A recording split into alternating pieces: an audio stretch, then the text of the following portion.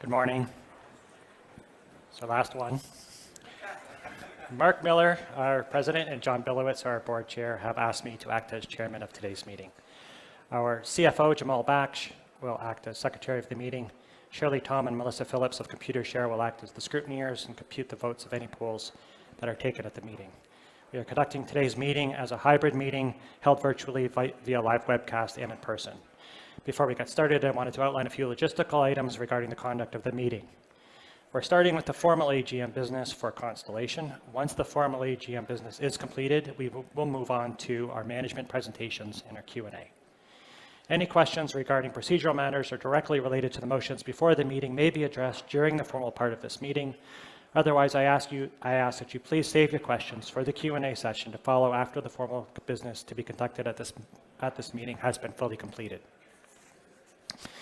As in past years, the vast majority of shareholders submitted their proxies or voting instructions in advance of the meeting, but registered shareholders and duly appointed proxy holders, whether attending virtually or in person, will also have the opportunity to vote during the meeting. If you have voted in advance of the meeting and do not wish to change your vote, then you do not need to do anything and should not vote again. If you do vote again, doing so will automatically revoke your prior vote. For the purposes of those joining the meeting today virtually, voting on all matters will be conducted by electronic ballot. Registered shareholders and duly appointed proxy holders will be asked to vote on each business item after it is introduced. When you're asked to vote, you will receive a message on the virtual interface requesting you to register your votes. When voting commences, the polls will be open for the duration of the formal portion of this meeting.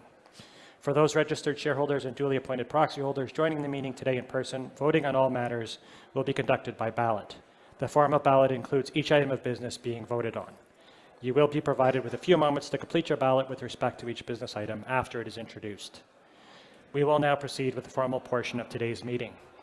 The secretary of the meeting has filed with me proof of mailing of the meeting materials. The consolidated financial statements of the company for the year ended December 31, 2025, and the auditor's report thereon have also been mailed to all shareholders of the company who have requested them. Copies of these materials are also available on our SEDAR Plus profile and on our website. We would be pleased to deal with any questions concerning the financial statements subsequent to the completion of the formal business of this meeting. The scrutineers have reported to me that we have at least 2 shareholders present in holding or representing by proxy at least 15% of the votes entitled to be cast at the meeting. As such, I declare that a quorum is present for the conduct of business, and this meeting is properly constituted for the transaction of business. As noted, voting today will be conducted by electronic ballot for those attending virtually or physical ballot for those attending in person. The electronic balloting will be open to registered holders and duly appointed proxy holders who have properly logged in with their control numbers or invite code after the presentation of each business item. The physical ballot has been provided to registered holders and duly appointed proxy holders at registration. The first item of business is the election of directors. There are 9 directors to be elected at this meeting. The Management Information Circular made available to shareholders contains information about the 9 nominees. Those nominees are Jamal Baksh, John Billowitz, Lawrence Cunningham, Claire Kennedy, Robert Kittle, Mark Miller, Donna Parr, Andrew Pastor, and Laurie Schultz. The meeting is open for nominations for the election of directors for the ensuing year or until their successors are elected or appointed. And I now call on Carolyn Cacciatore, the General Counsel for Lumen Group, and Bernie Anseruth, our CIO, to nominate and second the nomination of the directors for the coming year. I nominate each of the persons just named to be a director until the close of the next annual meeting of shareholders or until their successors are appointed. I second the nominations. Thank you, Carolyn and Bernie. If there are no further nominations, I declare the nominations closed. I note that as described more fully in our Management Information Circular, we have a majority director election policy in place. This policy enables shareholders to vote separately for each director nominee at meetings of shareholders where directors are to be elected. If a director nominee does not receive the support of a majority of the votes cast at a meeting of shareholders, that director will be expected to tender his or her resignation from the board following such meeting.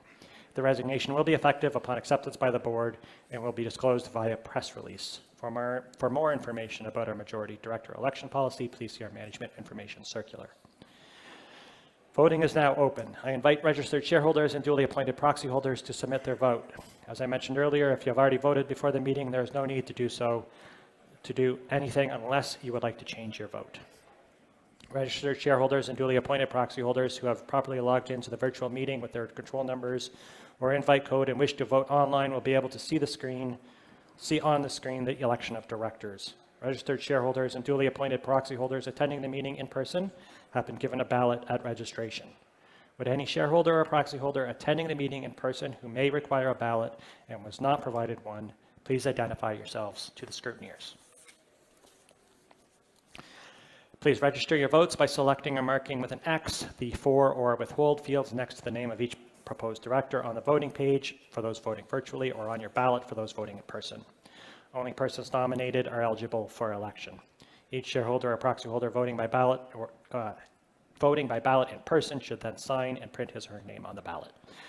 We will now proceed with the next item on the agenda, which is the appointment of auditors of the company and the establishment of their remuneration for the current year. I now call on Carolyn Cacciatore and Bernie Ansruth to move and second a resolution appointing the auditors for the current year and authorizing the directors to fix their remuneration. I move that KPMG LLP Chartered Accountants are appointed auditors to hold office until the close of the next annual meeting of shareholders or until their successors are appointed at such remuneration as may be fixed by the directors, and that the directors are authorized to fix such remuneration. I second the motion. I now put the motion to the meeting. Is there any discussion on the motion? Voting is now open. I invite registered shareholders and duly appointed proxy holders to submit their vote. As I mentioned earlier, if you have already voted, there is no need to do anything unless you would like to change your vote. Please register your votes by electing or marking with an X the for or withhold fields next to the resolution with respect to their appointment of KPMG as the company's auditors on the voting page for those voting virtually or on your ballot for those attending in person. Each shareholder or proxy holder voting by ballot in person should then sign and print his or her name on the ballot if you have not already done so. We will now proceed with the next item on the agenda. The next item of business is an advisory resolution to endorse our approach to executive compensation as further set out in our management information circular. As the vote is advisory only, it will not be binding. However, the Compensation, Nominating and Human Resources Committee of the Board will take into account the results when considering future executive compensation arrangements. I would now call on Carolyn Cacciatore and Bernie Ansruth to move and second the approval of the advisory resolution. I move that be resolved on an advisory basis and not to diminish the role and responsibilities of the Board of Directors, that the approach to executive compensation disclosed in our management information circular is accepted. I second the motion. I now put the motion to the meeting. Is there any discussion on the motion? Voting is now open. I invite registered shareholders and duly appointed proxy holders to submit their vote. As I mentioned earlier, if you have already voted, there is no need to do anything unless you would like to change your vote. Please register your votes by selecting or marking with an X the for or against fields next to the advisory resolution on executive compensation on the voting page for those voting virtually or on your ballot for those voting in person. Each shareholder or proxy holder voting by ballot in person should then sign and print his or her name on the ballot if you have not already done so. For those voting in person, once you have completed registering your votes on your ballot, please raise your hand with your ballot for the scrutineers to collect. The scrutineers will collect the ballots from those attending in person and will tabulate the voting results. The full voting results will be published on SEDAR+ following the meeting, but I can report that based on the proxies which were received in advance of the meeting, all matters that were put to a vote today have passed. Is there any further business to bring before the meeting?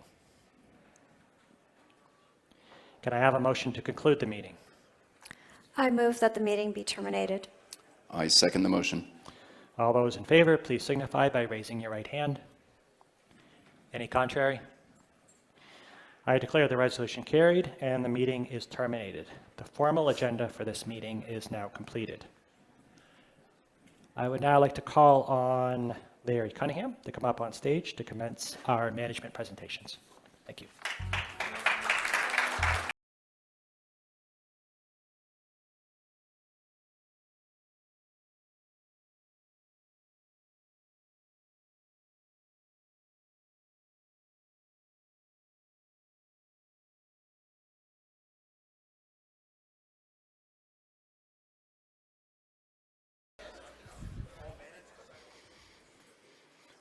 Well, those formalities now having concluded, we can build some energy and talk about Constellation Topicus and Lumen and all the exciting businesses underway. So I want to enthusiastically recognize and welcome this distinguished audience of shareholders of one or more of those companies. The capacity of this room is more than 400, and I see that it's pretty much full. I can also report that we've got twice that number also participating online. So it's wonderful to have everyone together. Among that shareholder group are nearly all the directors and many of the officers of all three of these companies. Do we have a screen showing the members of the boards of directors of these various companies? I won't read all of them out, nor will I ask the directors to stand, but I would like to ask you to join me in recognizing and thanking them for their service.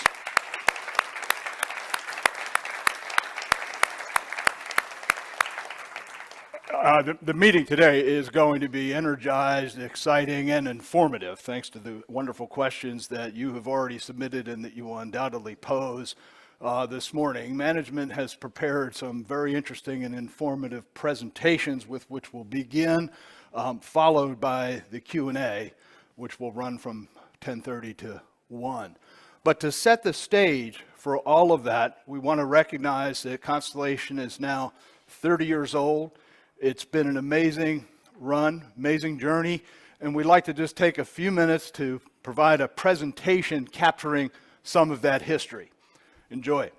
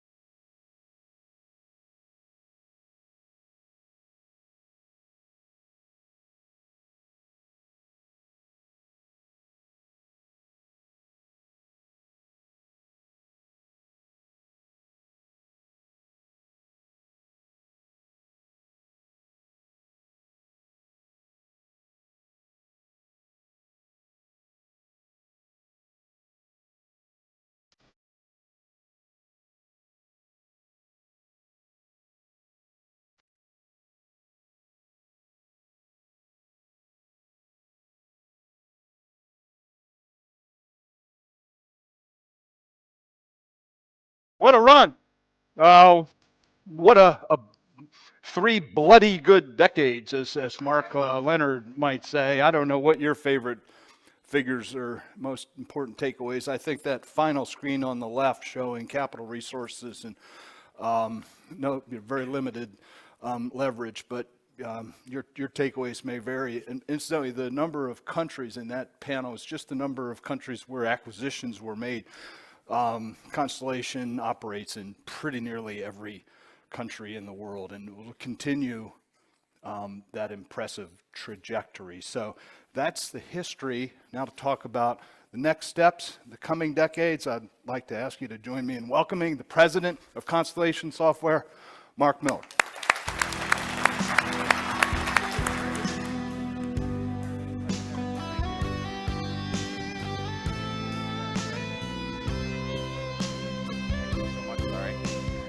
Hey, Larry, thank you so much for emceeing the event, and welcome to our shareholder meeting for all of our companies. So really looking forward to telling you a few stories before we get started with the question and answer. And I have to tell you, I'm very privileged to have this role because I get to work with a lot of tremendous people, a lot who are here in the room and around the world as we continue to build this business out, right? So.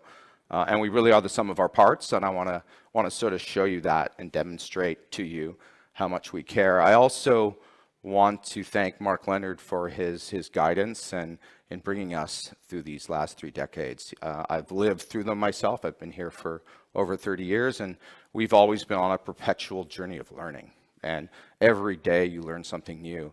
And I've learned things, just by listening to our business leaders, talking to my peers across Constellation, and I continue to do so today. And I think all of our leaders do here, which makes us a very unique company. So I want to thank everybody for that. I want to explain to everybody, which is one of, talking to people over time who don't know a lot about Constellation, is we're not this. We're not a company that has a strong central control over what's done. We really believe in empowering our business leaders who are close to our customers. There's no CIO who decides what AI platform we use or what we should do or whether we should turn right or left or do this or that. That's done by our business leaders across the world. And that helps us a lot because it lets us bring new companies on board that want to be part of this ecosystem and learn from this environment. But I want to make sure you understand this. When you're comparing us to other companies, we are very decentralized. We believe in this. We believe that our businesses all across the world, and as you can see, there's hundreds and hundreds of them, are the ones that should be making these decisions. They're the ones that are running each of those businesses. They're the ones that are listening to their customers and building their products. And in the advent of AI, you'll see that that's very important to understand. We're not dictating what to do. We're allowing our leaders to listen and learn from each other. And so there's tons of CIOs across there, and tons of heads of professional service and heads of marketing and heads of sales. We're there to coach and help, but you tend to learn best from your peers than you do from your boss. And we've tried to create an organization that does that at scale. And it's helped us grow this company over time. But I just wanted to go back to some of the basics for some of our new shareholders or our new people who haven't really heard us before, is we don't believe in fix or flip. When we talk to a business, when it joins us, we believe in buying and holding forever. And it changes the things you do. One of my favorite interview questions is, to some new person who's looking for a job is what would you do differently if you owned a business for 5 years versus forever? And you do a lot of things differently. And we do a lot of things differently. And developing people and peer learning is very, very, very important to us. People tell you scale matters. Scale can get you up into the right really, really fast. Well, we believe in decentralization. We believe in customer intimacy. We believe in listening to our customers and building products for them in the geography they're in the vertical market they're in, and we really believe that. And we're willing to give up scale for customer intimacy. And we do that across the world. We've broken up many businesses into smaller businesses, so we don't think scale matters. We believe decentralization, empowering people matter. It allows you to develop a lot more leaders, a lot more successors.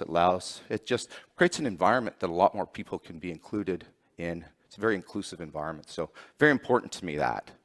Some people will tell you culture matters, Mark. What's the culture at Constellation? How is it? Well, I don't believe in one corporate culture.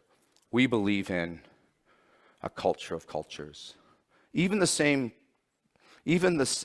two companies in the same city, in the same country, can have two very different cultures. And that's okay. And that's important because one of the advantages of joining Constellation is we're not here to change your culture. We'll measure you. Some of the events we ran at Volaris used to have people wear their numbers on their name tags. You need to be measured. If we're going to trust you with, to run your business all over the world, we need you to be measured. But you should determine what your culture is and how that works, because that helps you address your customers better and solve problems that they really need to help them run their businesses. And I'm not a big fan of parachuting in top talent. We've definitely done some. We've hired some amazing people who have helped us. We really believe in peer learning. We really want people to learn from each other and create an environment where they do that themselves, but we do help them get together. And we'll talk a little bit more about that, and you're going to get a chance to talk to some of our leaders on stage. We'll talk about that as well.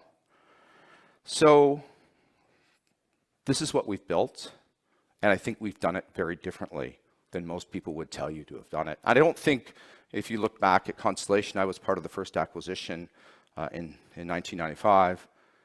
I could never have foreseen this is what we're going to do. We learned it along the way.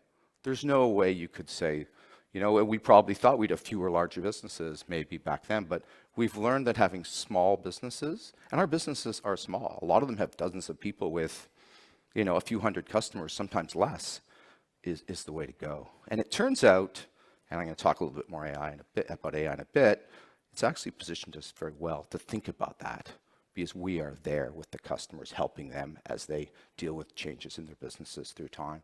So I wanted to introduce Damien McKay, because that was a real opportunity for you to meet some of our vertical leaders across Constellation. We care a lot about verticals. Verticals really help us be closer to customers and understand what their needs are, and sometimes, even though they're decentralized, share best practices across the world. But I thought it'd be kind of fun for you to meet some of our vertical leaders, and I was going to ask Damien McKay to come on up, and Damien runs Vila, and introduce his panel. Thank you so much, Damien. I appreciate it. So there you go. Yeah, thank you. There you go. It's a flicker. I don't know you need it. You don't need that, do you? I don't need it. No. Yeah, that's good. I think what we're going to do is have a quick chat about verticalization. Going to bring up a couple of people. It's a pleasure to be with you here today. It was great to see that video and just see what is all those names popping up. I'm familiar with some, and I know the story of others, and just the great people we've brought into the business when we've added those companies, and how those things have compounded. And as we've got all those stars, it gives us the opportunity, not something that we have to do, but where it makes sense is to align these in verticals. So we're going to talk a little bit about verticalization, and we've got some of probably the people who have demonstrated the best way to do that and grow that within Constellation. So with that, I'll ask Santina to introduce herself. Hi, everyone. I'm Santina Allen. I lead the healthcare group for Harris. I've been with Constellation 13 years. Thank you. David? Yeah, my name's David Nyland. I'm the CEO of Lumen. Started in 2013 building up the communications and media business. Bill? Hi everyone. I'm Bill Delaney. I'm the Chief Executive Officer of Modaxo. I've been with Constellation for approaching 15 years. Fantastic. Great. Well, what we might get started with a couple of questions each, and we'll sort of bounce those off. Tell me, David, in terms of your customer intimacy, you know your customers really well. You're well known in the industry. How does that help you help your customers, and then help acquisitions as they come in? Yeah, well, in communications and media we have tier 1 customers, and the big operators you would all know, like the British Telecoms, the Rogers, and on the media side, the Disneys, the Discoveries. I think we just need a mic for you. Sorry about that. I sabotaged my mic here. We'll go again. Where did I get to? Yeah, so we've got some big customers worldwide, big brand names, and they have a lot of intelligence. And so we learn a lot by speaking to them. by finding out what the problems are, and obviously now supporting a portfolio of companies that sell into those customers. But also as they navigate their assets, their important assets, they start to share with us ideas about what else we could acquire to help them provide security with some of those assets that are in transient ownership at this point. So you have to kind of earn the position to have that conversation. It takes some time, but the power of that relationship is unbelievable. Fantastic. And Santina, could you share, a little bit about your vertical and how it, how it shapes up? And Sure, happy to. In the healthcare space in North America, we span the ecosystem of the patient's journey, but also the information that surrounds that journey, from acute hospital systems to physician practice systems to specialty solutions within the hospital, outside of the hospital. Think pharmacies, retail pharmacies, local pharmacies, independents, radiology imaging, long-term care, all the way through to payer solutions in the health insurtech space. These businesses, we own sometimes multiples in those areas. For instance, in the physician ambulatory space, we own a dozen different ambulatory systems that serve the private physician practices. And that's out of hundreds that are in our market. These systems of record, provide us with that different views on that particular market. So those systems that we have, some serve large physician practices, up to 50 physicians per practice, sometimes very small, 1 to 2 physicians, in different geographies as well as specialties around the world. The collaboration of those businesses gives us opportunities to learn about the unique space, the demands, the regulatory environment. So physician office practices being one area. The payer space is another area that's interesting for us. We own the leading platform in Medicare shopping, enrollment, quoting, and retention for the over 60 million members in Medicare in the U.S. That solution paired with a solution that helps those health plans develop the product management, the products that they develop and bring to market for members. Again, we can collaborate. Collaboration leads to advancements in AI within our group, cross-selling. So lots of different benefits from that ecosystem that we serve. Done a great job. Fantastic. And Bill, you've got a global vertical with assets, and maybe share a little bit about how you built that and what advantages that global nature can bring to your customers. So I've had a different path. I was fortunate enough to inherit the assets that Constellation had been investing in right from the very start, including Trapeze, so no pressure. And in late 2019, the decision was taken to bring all those assets together under one parent overlay, which we ultimately branded Modaxo.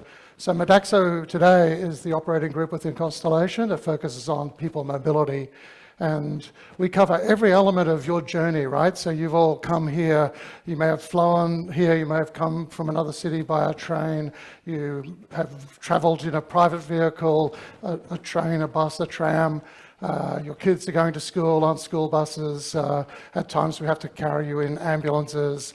Whatever that mode of transport is to get you around your city and between cities, we provide the technologies that allow that to happen, and we sell those technologies to large government customers and operators who work for them across the whole gamut of everything you can think of, like asset management, people management, scheduling, planning, faring, you name it. We do it in that ecosystem. Awesome. And how do you bring that value sort of on a global scale? Because you've got those tools and the different markets. Yeah, it's interesting. We learn a lot, right? So we've gone very deep, for example, in transit. We've got over 3,000 government customers in 37 different countries. So our people who are at the coalface with those customers are part of the fabric of the industry, and they're recognized for that. And so they know really deeply what's going on, and they're consulted on that. And we feel part of that community as well, and we contribute to it. We sponsor large events. And if I take something like a big global, expo, we had one last year for UITP in Hamburg, massive event. The whole Hamburg Expo site was taken up for the first time. It's massive. We were a platinum sponsor, one of 3 platinum sponsors of the entire event. Modaxo could do that, and that provided a halo effect for all the businesses that were there under their own brand in our Modaxo neighborhood. So that was a great value we gave them in terms of giving them a stage on which to show their credibility to their customers.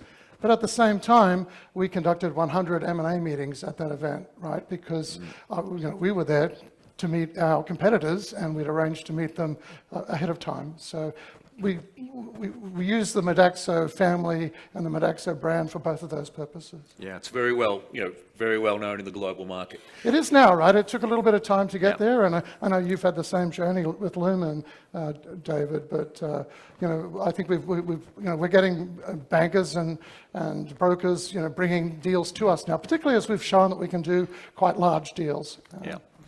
And David, I'd be interested in your sort of the origin story of Lumen and how you built that up. Yeah, well, we worked our way up to diamond status, so it's just one above platinum. Yeah, so it was humble beginnings because we didn't have anything. I came in as a consultant and industry domain consultant with a lot of software experience, and it was about finding that first business, making that first business a success, building a bit of brand, a bit of credibility, and then starting to leverage that into subsequent deals. So at the beginning, it was fairly modest, just building up, relatively small businesses at that time, and just learning about the trade of, value acquiring this asset class, and how to get to great returns and to build a compounding rhythm inside the portfolio. So that, that really builds momentum. It's a rolling thunder, and we're still, really at the beginning of our journey. So, and you get the chance to brand, you get the chance to sponsor, you get the chance to have really top-level relationships with customers. And it just feels great to be in an opportunity to leverage that moving forward, especially with everything else that's going on in the world and the opportunities that are going to present themselves. The other thing that happens is it's a great thing for our people to come. We brought all 330 of our people together a couple of weeks ago under the Modaxo brand. Now, they're all there rooting for their own business, but when they come into a room and see that they're part of something bigger, it lifts the energy, right? And apart from all the peer sharing that goes on, and you guys do the same thing, right? 100%. Yeah. And I think what you've been able to do in your verticals, and particularly using Lumen as an example, something that you might not think could be as big as it got. Now we're looking at other startup verticals in sort of your image as well. So I think a lot of be interesting to see this presentation in 10 years and see what other strong verticals we have. Santina, when a new company joins your team, what sort of value do we bring to the employees and their customers by being part of something bigger? Yeah, so I think when a seller considers the healthcare group as a place for the forever home for their business, they do look at the ecosystem that we have, our understanding and appreciation of the challenges that businesses, small and large, face within healthcare, the highly regulated industry. So I think they appreciate that we understand them. We understand their customers, whether it's large health systems, physicians, whether it's payers. Again, the complexities. Each one of those buyers has a different persona, different risk profile, if you will, for which vendors they invest in. And so again, we bring that understanding. And so when someone joins us from the outside, they are surrounded by peers who understand the challenges they face. Before we created Modaxo, I was seeking to buy businesses under the Valaris brand, right? And I would go and speak to a transit, and they would sort of scratch their heads and wonder, well, what was the strategic value? And within 12 months of creating Modaxo, we had at least 2 cases where they saw the value then and transacted with us. So I think that speaks to the value of that approach. I think each of your verticals has got a reputation for people coming to you as well. If they're in the market, they know that you've got a significant presence, and if they want to sell, they'll be coming and talking to you. Bill, we're going to hear a little bit about AI later, but it would be interesting to look at AI just from a vertical perspective. What additional optionality does a vertical or a group of businesses in the same segment give you when it comes to looking at leveraging AI in your businesses? Yeah, look, we're getting really excited about this now. We've got 41 businesses today in Modaxo across all different functions in every department of, say, transit operations around the world. So what this lets us do is build a layer above that Modaxo can invest in. We still give the federated control to the underlying businesses, but we're able to build a platform that allows a transit authority to start asking questions and building actions and agents that ignore all the industry boundaries, ignore all the underlying business and product boundaries, and look at it from an ecosystem. And I think we're in a position that none of our competitors are in that regard. So from a Modaxo perspective, that's an investment that we're making that each of our businesses will be able to leverage. And the feedback we're getting from the industry is they're sort of blown away by this approach, and we're looking forward to seeing that really build out in the coming months.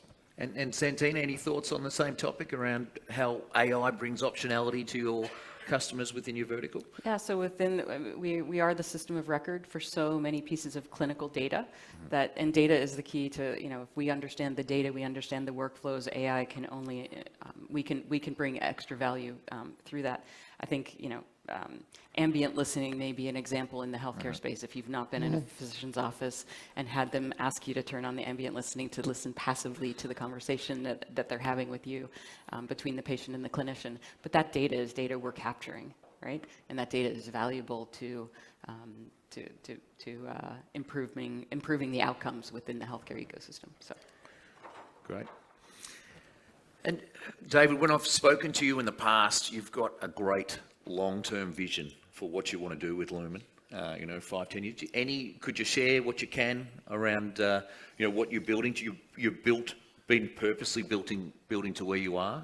Interested in a little bit of that, but also where you think you can go, as much as you can share? Yeah.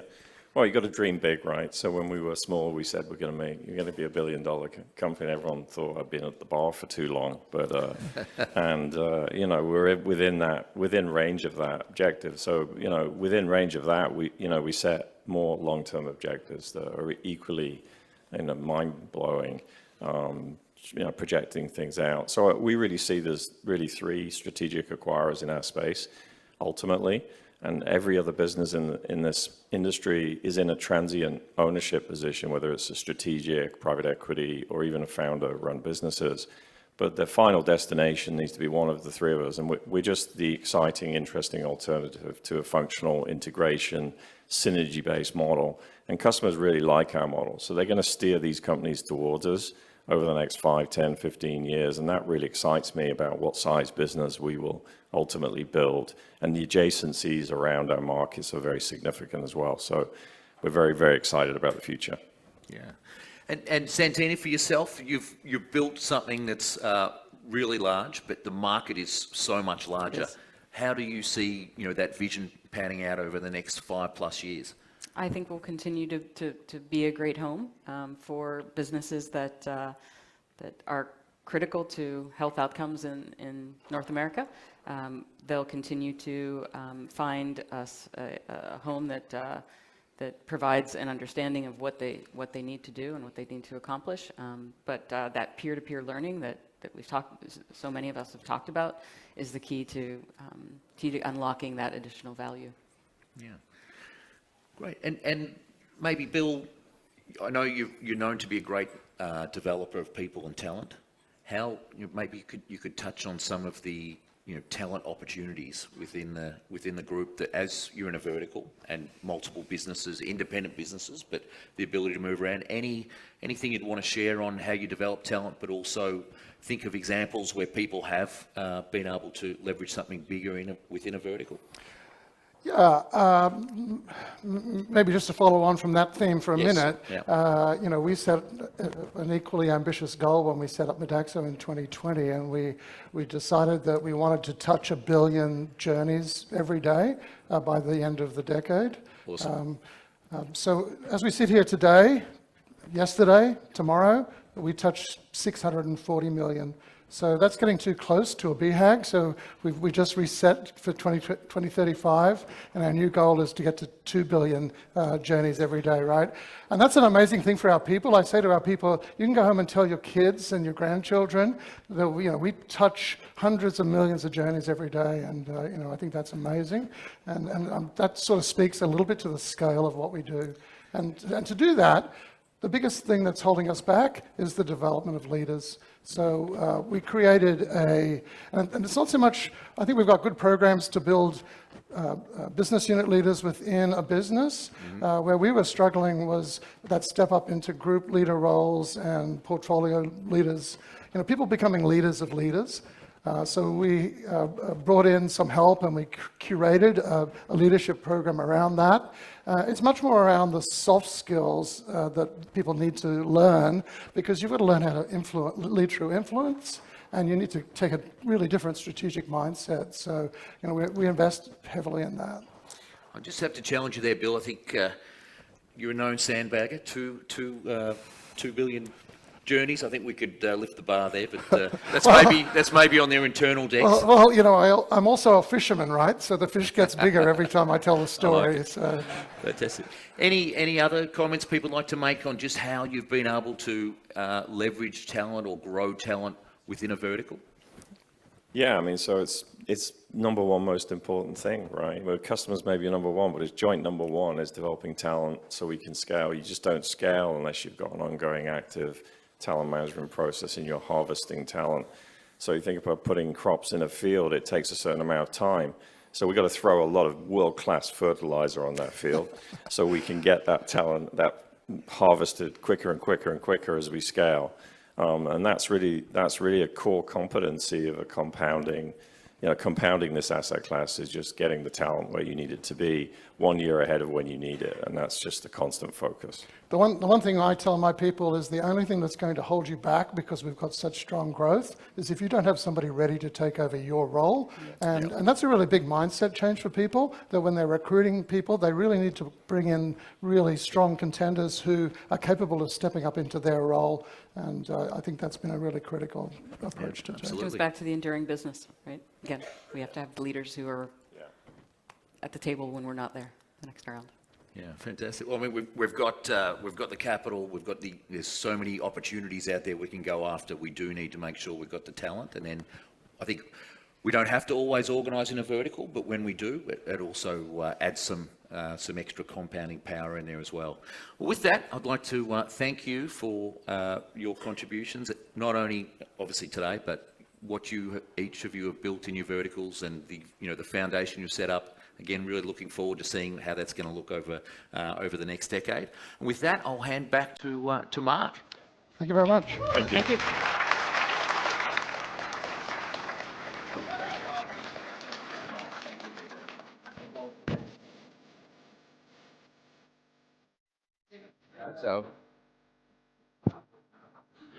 So I don't want to get in the way of AI. So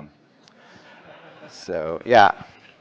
And we're not changing the name of Constellation, by the way, because, it's who you are, not who you say you are, what you do, not what you say you're going to do. So I just wanted to get this next slide up, remind you of, before I discuss AI, of how we work.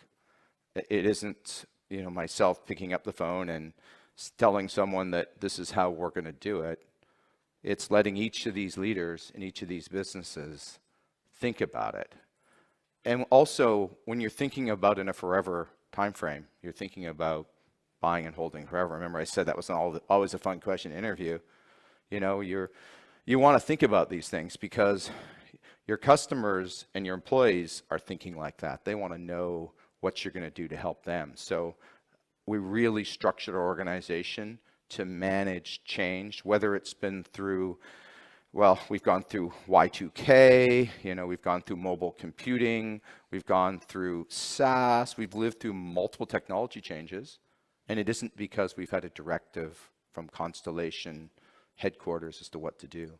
Our business leaders decided how to deal with that situation. So when SaaS came out, it wasn't like, oh, everybody should be doing SaaS because SaaS is what's the most important trend and everybody needs to be on it.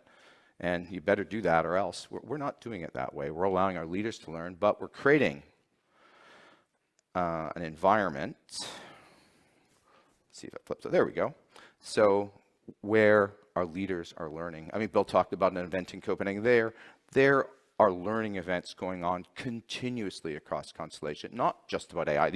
These are AI ones in particular, but we do that across operating groups. We do it locally in certain countries. We'll do something in Brazil. We'll do something in Germany or in the UK. We'll do it there's one in Toronto going on right now up near the airport. It's called an AI Accelerator that a few of our operating groups are at. And I think it's a 5-day event where they have a room for the developers, a room for the product managers, and a room for the business unit leader heads. And then they kind of all, you know, they kind of like last night was, they called it Red Bull and Pizza Night because the idea was to present your product idea today. And so a few of our people are heading out to see how those product ideas look, but that's just the culture, and it's a culture of learning and sharing information. It means you don't have any single one bet at Constellation. You've got everybody doing it and thinking about how we deploy our shareholders' capital at high returns. Very important to us, and I'm so fortunate to be part of an environment that does this, and I think the leaders across Constellation have brought that into fruition. So I think I've sort of said this in other words, but we believe decentralization, our structure, is our biggest advantage because we're close to those customers. Some of our customers we've had for decades. And our people have worked for us for decades. It's a great thing about being part of a buy and hold forever organization is you're not going to get flipped again. You're not going to have 3 business cards in the next 10 years. You're going to be at that same company. And we preserve the brand of that organization. So we really believe in long-term relationships that are trusted with our customers. And do we know the customer space? It isn't a ChatGPT, go ask a question type of a situation. Again, great product. You got to know a lot in order to build products for customers. You're dealing with trusted information. You heard about Centina. You're dealing with patient data in cases like that. That's valuable data, and it's got to be managed very carefully in this environment. But our biggest advantage, if you're going to be decentralized, you've got to believe in peer learning. Our best leaders are the best at learning from each other. And it doesn't matter how many decades they've worked for us, they're always open to a new idea and a new way to do something and listen to their customers. So I really wanted to make sure you all understood this. It's a question we're asked about a lot, and it's our structure is our biggest advantage. But in order to give you a little bit more color, we decided to invite a few of our leaders who are running our businesses, who are the ones that are back in all those little yellow squares across the organization, and what they're doing. So put a little bit of color with some real examples. You heard a little bit from the vertical leaders, and I have to thank Jeff Bender for taking on this panel for us, and I hope you enjoy meeting some of our leaders before we get into the general Q&A. So, Larry, if, yeah, you can. Thank you, Jeff. Jeff runs Harris, so yeah.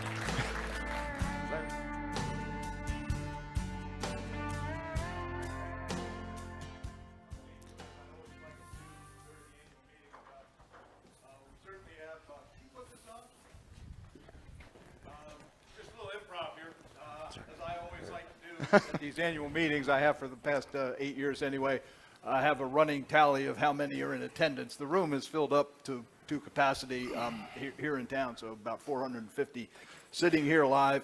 and now nearly 800 joining us online as well. So thanks, everybody. And I'll give it over to Jeff.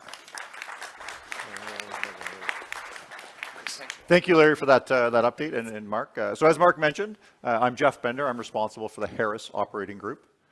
We've gone from software eating the world to a fear that AI is going to eat software. At CSI, we have a deep belief in our value creation and value capture framework. We live this framework every day by getting as close to our customers as possible. When we do this, we develop a depth of knowledge, understanding, and expertise that we then use to solve their most important problems. At CSI, we see AI as an opportunity to rethink and reimagine how we do what we do for our employees and for our customers. So as Mark mentioned, you're going to have a chance now to hear from a number of our business leaders about their AI transformation journey. So let's meet the panel. Greg. I'm Greg Richards. I lead AssetWorks. As Mark mentioned, we're one of the older companies. We've actually had customers that signed up in the 90s. We manage about 14 million assets globally, particularly fleets for state, federal, and local government, but increasingly now more large private fleets as well. Andrew? Great, thank you. I'm Andrew Jones. I'm the GM of Click Dimensions. We provide marketing automation, so we help our customers do outcome-based marketing through our Dynamics native platform. As well as providing marketing automation, we provide marketing expertise as well as services to help our customers do great things. David? Yeah, thanks, Jeff. I sold my business to Constellation back in 2018, so I've been on the whole journey. I don't work within that business anymore. I have the great fortune to look after a couple of businesses that we've bought in the past sort of 3 or 4 years. The first of those is Celcat, that's spelt with a C, C-E-L-C-A-T. Celcat are based in the UK. We timetable academic life for universities, and we do that in the UK. We do it in France, South Africa, Australia, and we've been doing it for 40 years. And then the second business is Bullet Solutions, who we acquired in 2024. And they do very similar things. They also timetable academic life, and they serve Spanish and Portuguese-speaking territories. Let's stay with you, David. So my understanding is you did something that most leaders would say is impossible. Tell us more about that. Yeah. Well, I experienced one of the Valaris AI workshops back in March last year. And I went away from that with one question, which was simply, how fast can we go? And what I did on day one was that I stopped all development across both businesses, so Celcat and Bullet. We stopped for the whole month of April last year, and they went on an intensive learning program to learn what we could do with the technology. And I think if I look back and we look now at the outcome of that, it's actually pretty straightforward. At the outset, we came back in May and we were going faster. If you think of a cycle time from concept through to production software, typically for us that was measured in months. When we came back in May, we'd already started measuring that in weeks. And as we went through last year, we turned that from weeks into days. And today our cycle time is measured in hours. We can cycle from concept through to production in hours. And that means a roadmap that might have taken, say, a whole year. We plan out a whole year roadmap. That can be literally a week now. So the pace at which we produce software is no longer a problem. We have different challenges instead. But it's fundamentally transformational in terms of what it means for our business. And how are your customers reacting to this when you talk to them? Yeah. Well, let me put that first in the context of growth. So if I go back to the end of last year, our growth was running at about 12% per annum. Today, it's running at 23% per annum.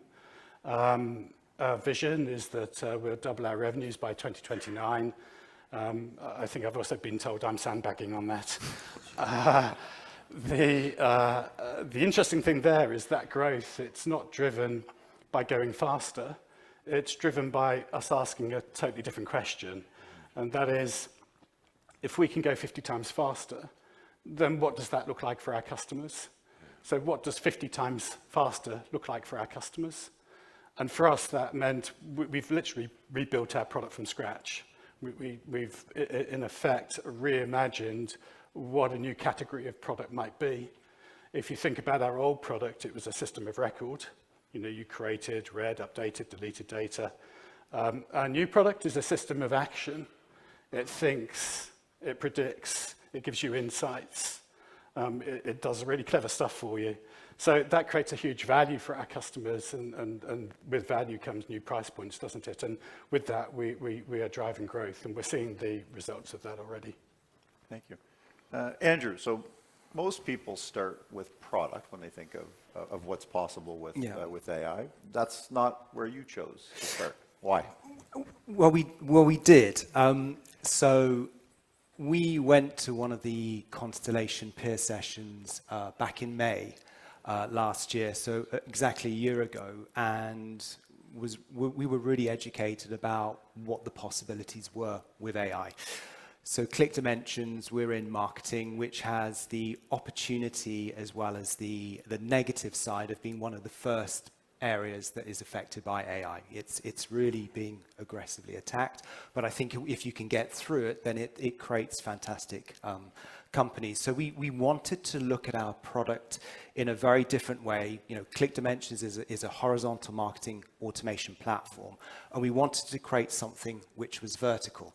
I'm very much the marketing rather than the technology of marketing and technology, but I passionately believe that AI is a fantastic thing, and I wanted to be heavily involved in it.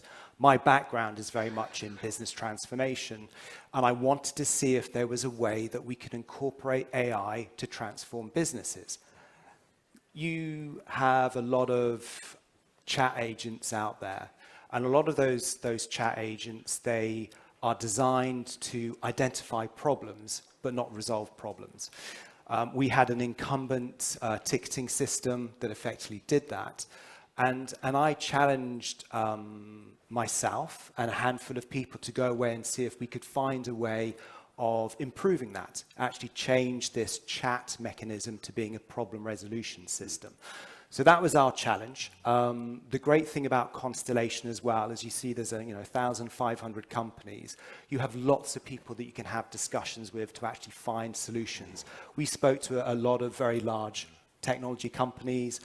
We spoke to a number of contractors that we used, and we also spoke to a number of companies within Constellation. And we found a company in Constellation that actually had some experience of this, who could actually help us drive this forward. So we had conversations. We decided we wanted to create a support agent that could resolve problems, but that was not where we started. Our first start point was creating a very simplistic knowledge agent to be used by our support engineers to deal with tier 2 tickets. So when they're on the phone with a customer, they may have a question. Rather than having to go away to a library to get information, they could put in a chat and get the information first of all. And that's what we started with. What was key with that, though, is when you start to digest knowledge or your databases so it can be read by AI, it is read in a very, very, very different way than how a human is. It is, it is binary, it's ones and zeros. So therefore, you need to make sure that the agent can actually pick up those key words so it can actually answer the question properly. So we started off with the knowledge first of all, and then secondly we wanted to see if we could have a very fluid interaction. So we created up a web agent as well, so it's on our website, so you can go in there, you can ask questions, and those are the first two things that we did, and then we effectively consolidated them together to create the support agent. It took us about 4 weeks to do it after going through those various steps. We launched it in January of 2026. And what we found was that with our customers' interactions with this chat agent, conversational agent, rather than being a lookup agent, it was a problem resolution agent. It effectively resolved 82% of all our tier 1 tickets that went through the chat agent, which is fantastic. But what's the most important thing is it allows us to generate greater customer intimacy, because first of all, it means that our humans, rather than having to waste time dealing with tier 1 tickets, they can spend time focused on doing tier 2, tier 3 tickets, which are the most important thing, but also secondly, the time that it took for a customer to actually get a problem resolved when it's very simplistic as well, rather than it taking potentially, 4 hours because they go into this room, they ask a question, they get probably 4 or 5 different things that they could potentially look at, which could potentially resolve the problem. Rather than that happening, they could speak to the chat agent straight away in any language 24/7. So that is a massive, massive, massive game changer. So that's our step that we did. And then since then, we've gone on and created a lot more agents throughout the organization, looking at specific business problems or workflow problems that we've had. So it's been a really incredible journey.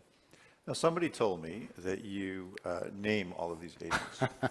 Can you give us some of the names and explain to us why did you go through that process? Yes, we do, and it's not kind of arrogance on my behalf. When you think about an agent and what an agent can do, it's very important you get a yardstick of that possibility. A human, a work person, they have a role, they have responsibilities. They have areas of responsibilities and they have tasks that they need to do. So a human may be doing 12, 14, 16 different tasks. You cannot have an agent to replicate a human.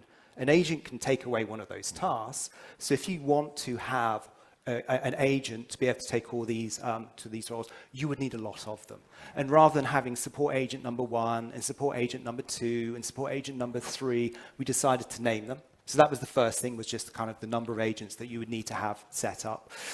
But also we wanted to get adoption of the agents.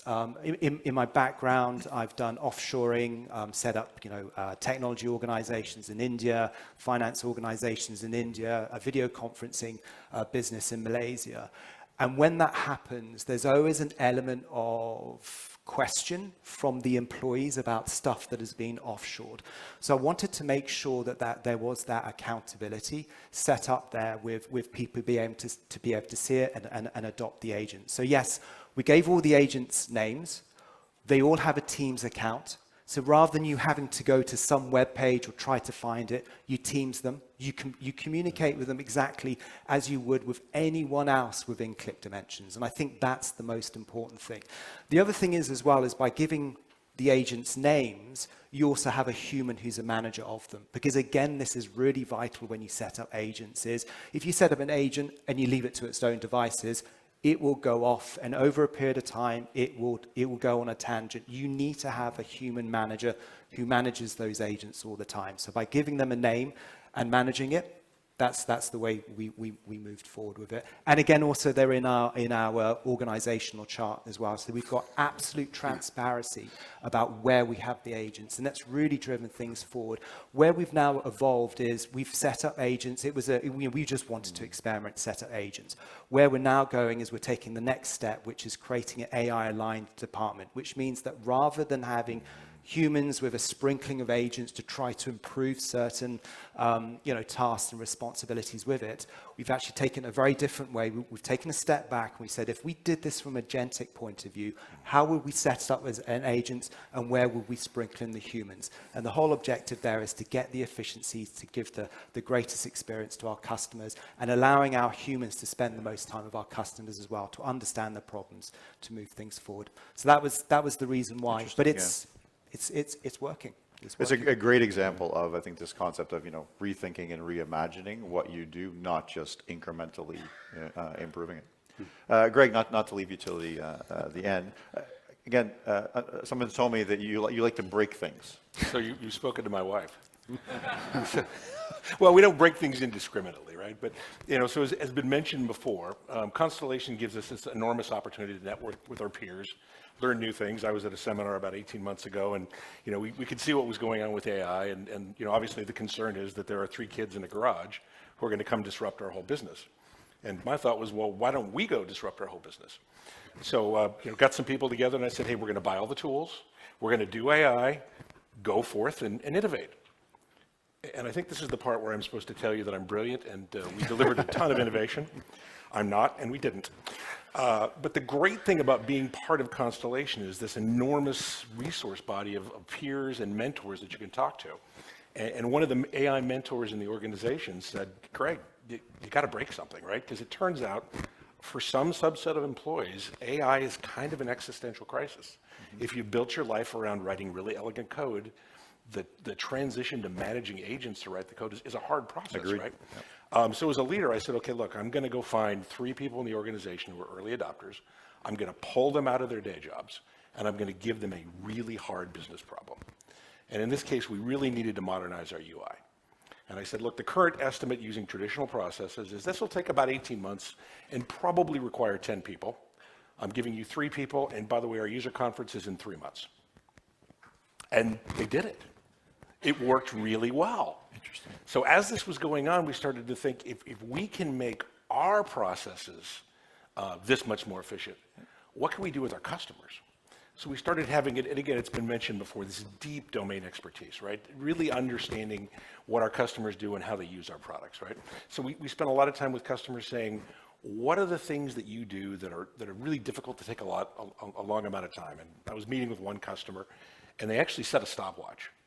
And they said, let us take you through the process for how we acquire, manage, and retire assets, right? And they went through all the screens, and it took about 8 minutes. And they said, now, Greg, understand, we do this hundreds and hundreds of times a day. So what we kept hearing from our customers was, take these really complex processes where I print a report and I go to a whiteboard and I bring a bunch of people into meetings and then I go back to the system and then I get another report, which may take hours, weeks, months, right? Just automate that process. Let me validate at the end what that looks like. And another great thing about what CSI has done is we had an opportunity to send one of our employees to an AI sabbatical, which is essentially where they got to go visit with other companies that frankly were doing a better job than we were, right? So one of my employees went out, did this sabbatical, came back just really energized.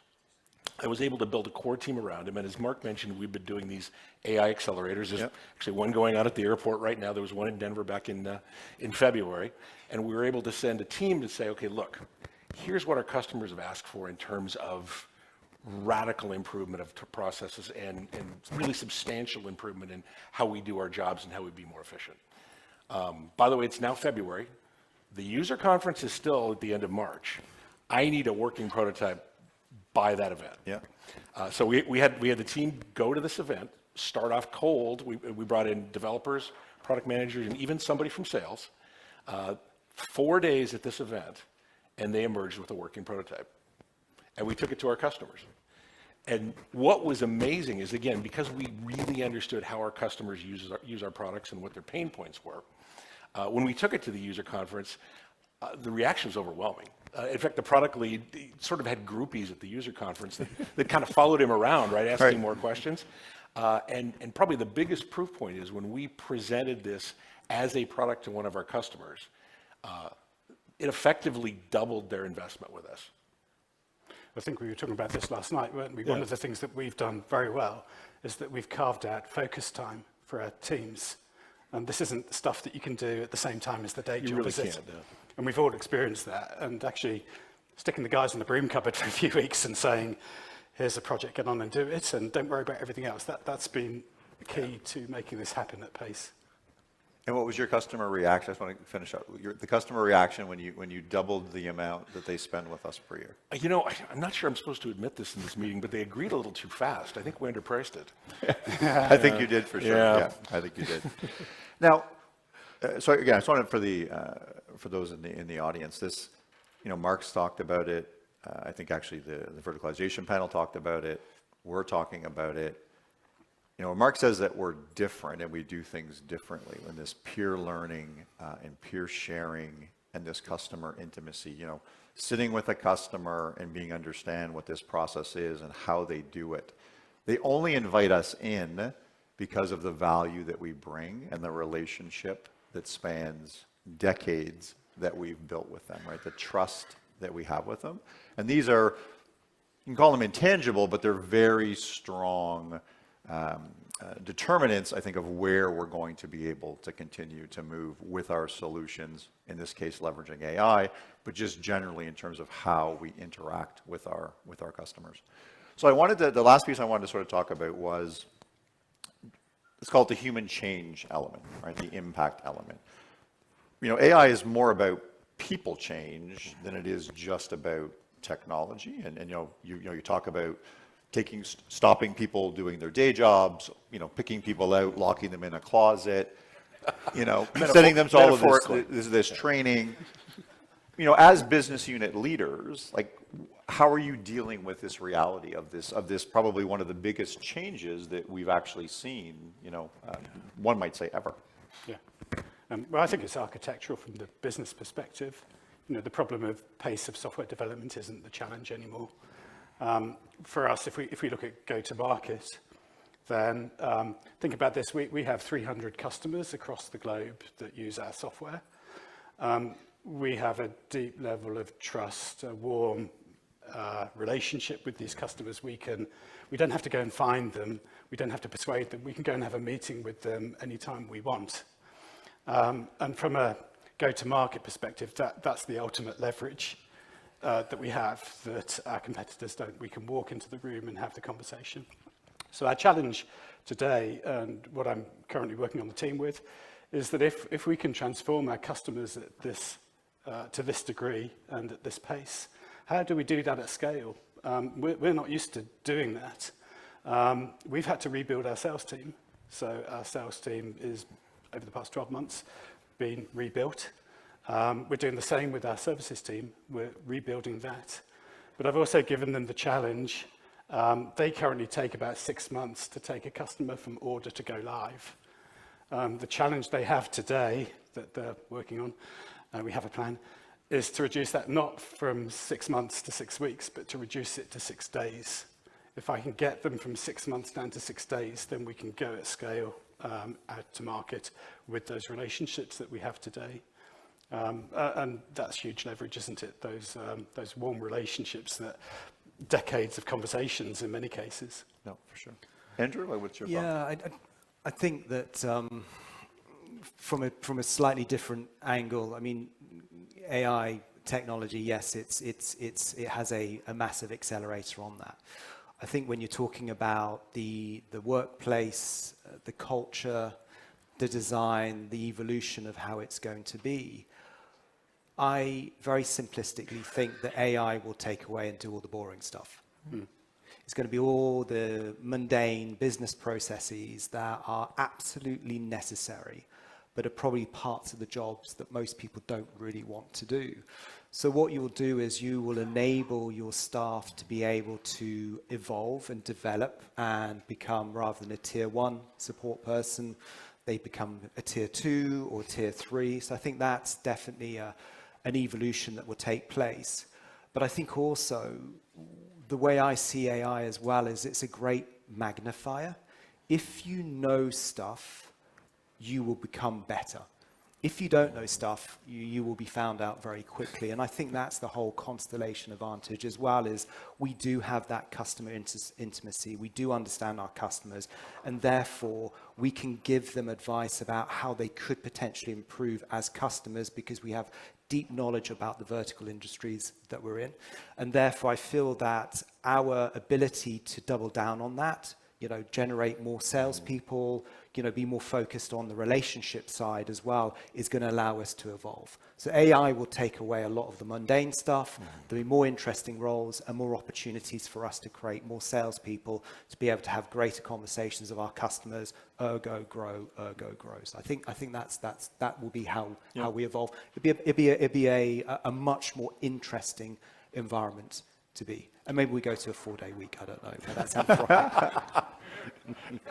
Greg, what are your Actually, thoughts? I had an employee ask that. He said, look, if I use AI and I'm twice as effective, can I work half days? I said, no. Our answer is you can work any half day you want, whatever 12 hours suits you. Exactly right. So first and foremost, this is a change management problem, right? And I think we as leaders need to understand that this generates some fear and trepidation in employees. And candidly, probably not everybody's going to make the journey. I've had employees say, hey, this isn't for me. This isn't what I want to do. And we can be empathetic and we can respect that. But I think we also have to be relentless because it's coming. I think one of the real advantages of Constellation is just all of these training opportunities and peer networking opportunities we've talked about. So my goal is to send as many people as I can to those so they can build the enthusiasm and learn new ways of doing business. And I think we're there with R&D. The question is, how does that affect sales? Yeah. What do you do in finance? You know, how is marketing different, right? Same kind of things happening at all these different events. And what I keep telling my employees, and I think this is key to the change management piece, because in the back of a lot of people's minds, there's a belief I'm going to train the AI to replace me, right? And I'm very clear with my staff. Look, this is not an economics problem, at least not yet. This is about delivering innovation to our customers faster. We don't have a profitability problem. We're a profitable, successful company. This is not about cost cutting, but we've got to be able to innovate faster. Yep. And has been, you know, this is the sort of a mantra with AI right now. Your job is not going to be replaced by AI, but you may be replaced by somebody that uses AI better than you do. Yeah, I've said the same thing. Yeah. For sure. Yeah. Well, thank you very much.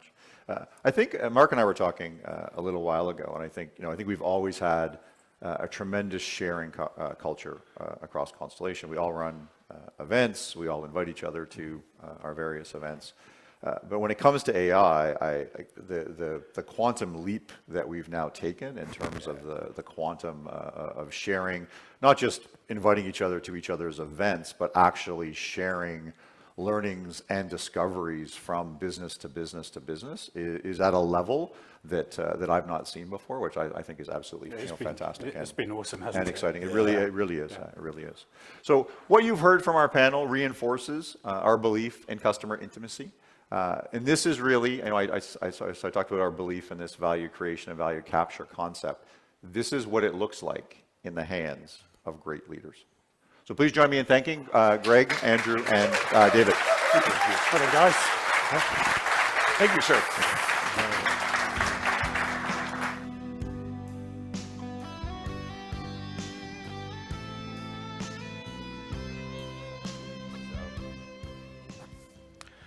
Okay, that was just great. I love that. That was super fun to watch. You know, a lot of people would ask you, Mark, like, you know, your job would be a lot easier if AI never came along. And you can remember, like, I'm a product developer by background. I'm a programmer. And one of the things that I always wanted at Constellation was our leaders who have been sort of running nice businesses, and they have very low customer attrition, which continues. I was trying to shake them up to go do more for their customers. And you know what? It's a great tool for us because we're a decentralized organization. You know, it's another tool we can say to sort of shake the organization up a bit, and you can sort of see a few of our leaders here just doing a tremendous job. So appreciative, Jeff, doing that panel. It was great. Great. So now I wanted to talk about PEMS a bit because it's we've been getting a lot of questions about PEMS, and figured I'd just get on the forefront. I'm sure there'll be some questions on it, Larry, coming up in the panel and or in the Q&A section, I should say. But I just wanted to say, like 25 years ago, we used to buy minority stakes in public companies, and put those companies ended up being put into play. It generated extremely high returns. I was there, I saw that on our invested capital, but the average tenure of our investments were very short. And nearly always, 90% of the time, got outbid by a third party when the businesses were sold, which is, sort of sad but understandable. That short-term activism was profitable, but it was a poor strategic fit with our objective of being good, permanent holders of vertical market software businesses. So we stopped doing it. And I think you can hear from the conversation today, buy and hold forever, we're in it for long run, and PEMS is another tool. The other part of the PEMS thesis is that the companies we want to invest in have the potential to benefit from an engaged minority shareholder. We want our PEMS, or our public portfolio companies, to be run by people we respect. We want their incentives aligned with those of long-term shareholders. We'd like the businesses to generate high returns on incremental invested capital and to return any excess capital to their shareholders. So I just wanted to make sure everybody understood what our intention is around PEMs. And I just also wanted to turn it around and say, we want you to be our PEMs. We want you to be our permanent engaged minority shareholders as well, those of you who are shareholders. And I want to thank everybody very much for sitting through this morning's session so far. And I was going to turn it over to Larry to tell us what's ahead. So thank you very much, Larry. So, yeah, thank you. Yeah.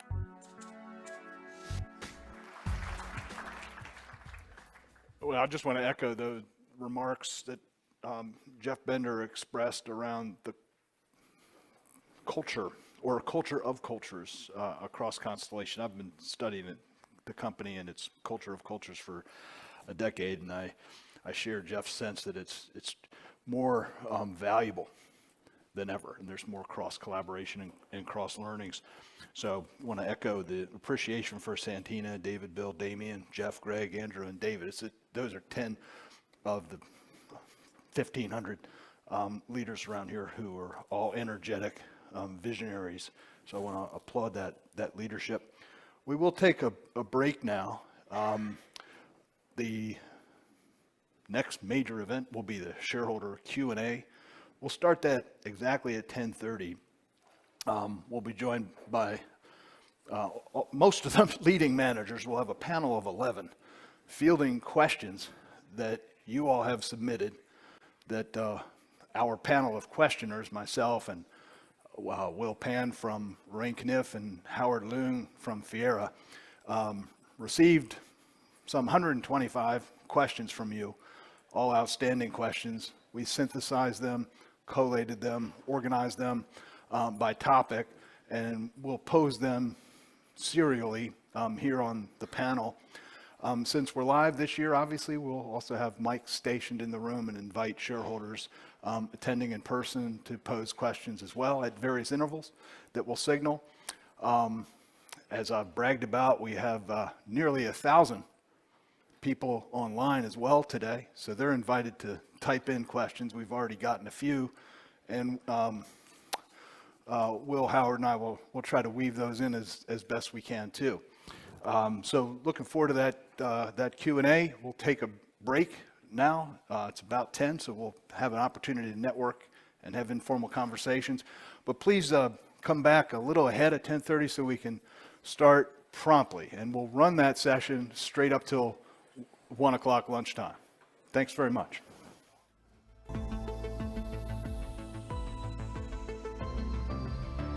Shareholder Q&A.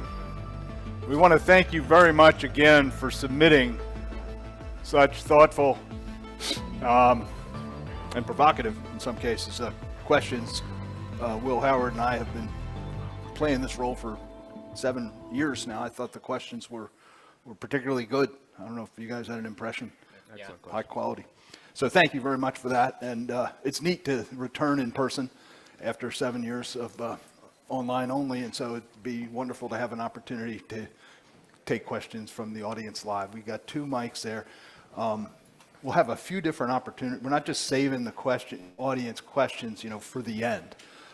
At various moments, we'll invite folks to come up and ask questions. Like you keep them brief, on topic, really get focused.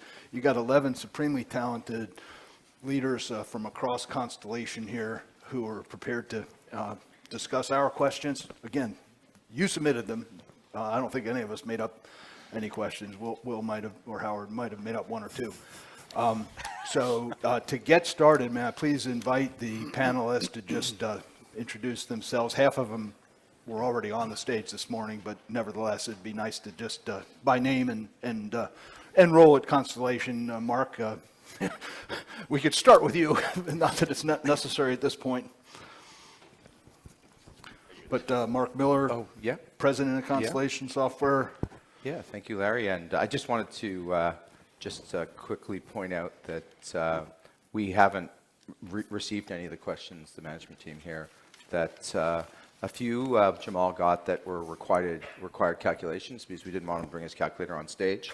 So he got a few of them, but we're really going to make this, a dynamic and what gets asked, so which is a tradition of Constellation. Thanks So for that thank you point, there. Mark. Now, So Jamal? Yeah, Jamal Baksh, CFO of Constellation. Bernie Ansruth, CIO, Constellation. John Billowitz, Board Chair of Constellation and Board Member of Topicus. Jeff Bender, responsible for the Harris Operating Group. Mike Duffton, responsible for the Valeris Group. Damien Mackay, responsible for the Vela Group. Robin van Poelje, Chairman, CEO, Topicus.com. David Nyland, Lumen Group. Bill Delaney, Modaxo. And Barry Simmons, Jonas Operating Group. And that's the all-star lineup, and I really believe that aptly describes these folks. The plan of discussion is divided into 3 or 4 segments. The first segment will be questions arising from the presentations you heard this morning from Mark Miller on strategic vision, the panel on verticalization, and the panel on AI. And then we'll have our familiar 3 segments.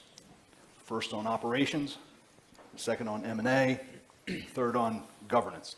And again, we'll break at moments to invite live questions from the audience, and we'll monitor the chat to consider questions sent to us. So with that, let's begin with questions arising from the presentations this morning. Can we start with you, Will? Sure, yeah, thanks for the presentations. They were great. One of the big questions that we got asked was about AI opportunities and threats and examples, and I think we got a lot of examples of companies inside the Constellation Group taking advantage of AI to accelerate things and deliver value to customers. There are a lot of questions about the converse. So Andrew from Click Dimensions, he mentioned that marketing software, for instance, is under attack early by AI-enabled competition. So we have a number of questions that ask, can you give other examples of CSI businesses that have experienced more attrition due to competition using AI? We have, we really, like I can toss it over Jamal, but we really haven't seen any AI-specific attrition, really, at any point. I mean, I think our businesses that experience high attrition already will probably be most under threat. But luckily, that isn't a high percentage of our revenues. I mean, Jamal, what's your thinking on that? So. Yeah, I look at about 900 of the businesses, and I look at trending of organic growth, and I follow up with the operating group CFOs, et cetera, if there's anything that looks like an anomaly. And there are a couple of things that might have been popped out, and both of them had nothing to do with AI. So that's my take, but. Yeah. Does anybody else want to add? It's a big topic. Jeff, maybe you want to talk a bit about it? Yeah, I think the AI panel. Like you said and Jamal said, I think there's no specific evidence to date of any significant or material attrition as it relates to AI. But I do believe it's coming. Like I think like we see competitors that are out there. We hear of people doing things. So I believe it's coming. We just haven't had it yet. A lot of our verticals are fairly protected and highly regulated or high compliance requirements. So I would just say they're not always the fastest moving verticals when it comes to making new decisions. And I think any AI related solution causes them concern. Like it causes them to pause and understand exactly what is it that they're accepting into their into their ecosystem of systems. But I do think like it will start showing up. It just hasn't yet. And stay paranoid, right? Like as always. Maybe one also on that panel. I know, Greg touched upon how some customers were very excited to get their workflows automated and helped with AI. But in any kind of vertical or any BU, there's going to be customers that are at the far end, at one end of the curve, and customers at the other end of the curve. Maybe those that are resistant to change. And if you are kind of transforming your BUs to maybe optimize for those customers with AI, how do you also manage to service the ones that are laggard, and how do you deal with that, that kind of dynamic of customers in different stages?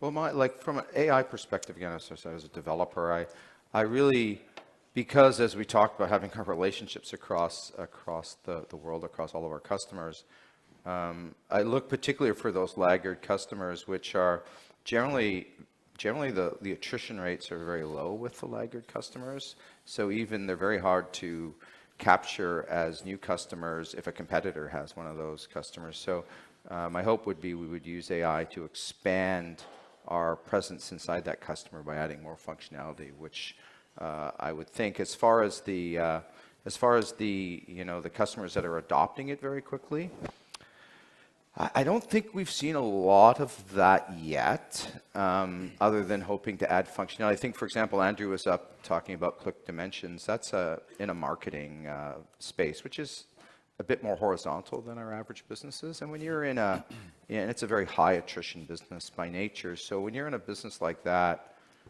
moving fast and your customers moving fast, you got to move fast too. It's still going to be, it's just a tougher business to run, and I appreciate that Andrew is all over it. But most of our businesses really aren't like that, right? So Bernie, I mean, like, thoughts on that? Yeah, that's correct. We have some businesses that are inherently have high attrition, and so we deal with it as appropriate, but the bulk of our businesses are quite low.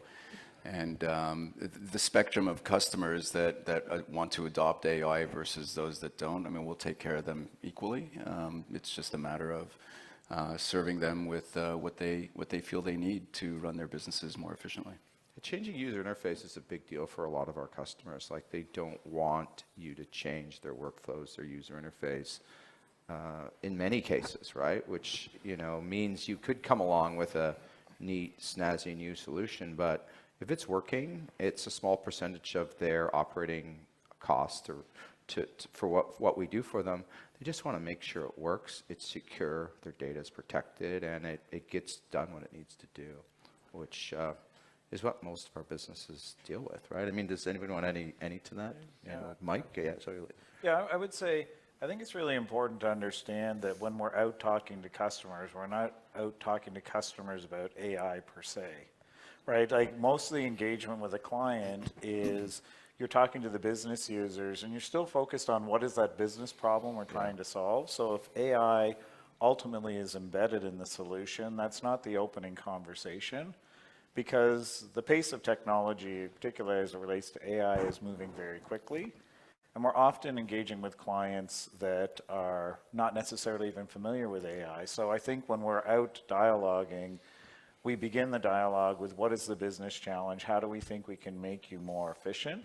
So it's not led with, hey, we want to come and talk to you about AI. It's like, we want to talk to you about a business challenge you're facing.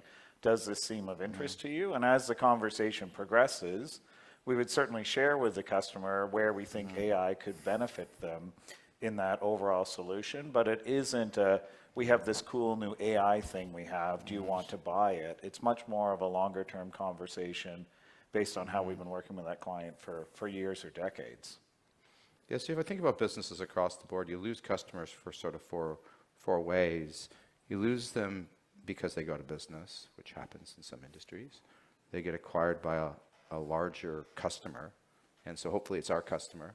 They kind of, the big fish eat the small fish sometimes, right? You could lose them for price, where someone comes and says, hey, we'll do the same thing you do for what a Constellation company does for half the price. We don't tend to lose them for that. I mean, Andrew might see that in a high attrition, high churn business. Where you really lose customers is when there's some functionality that your competitor has that you don't have.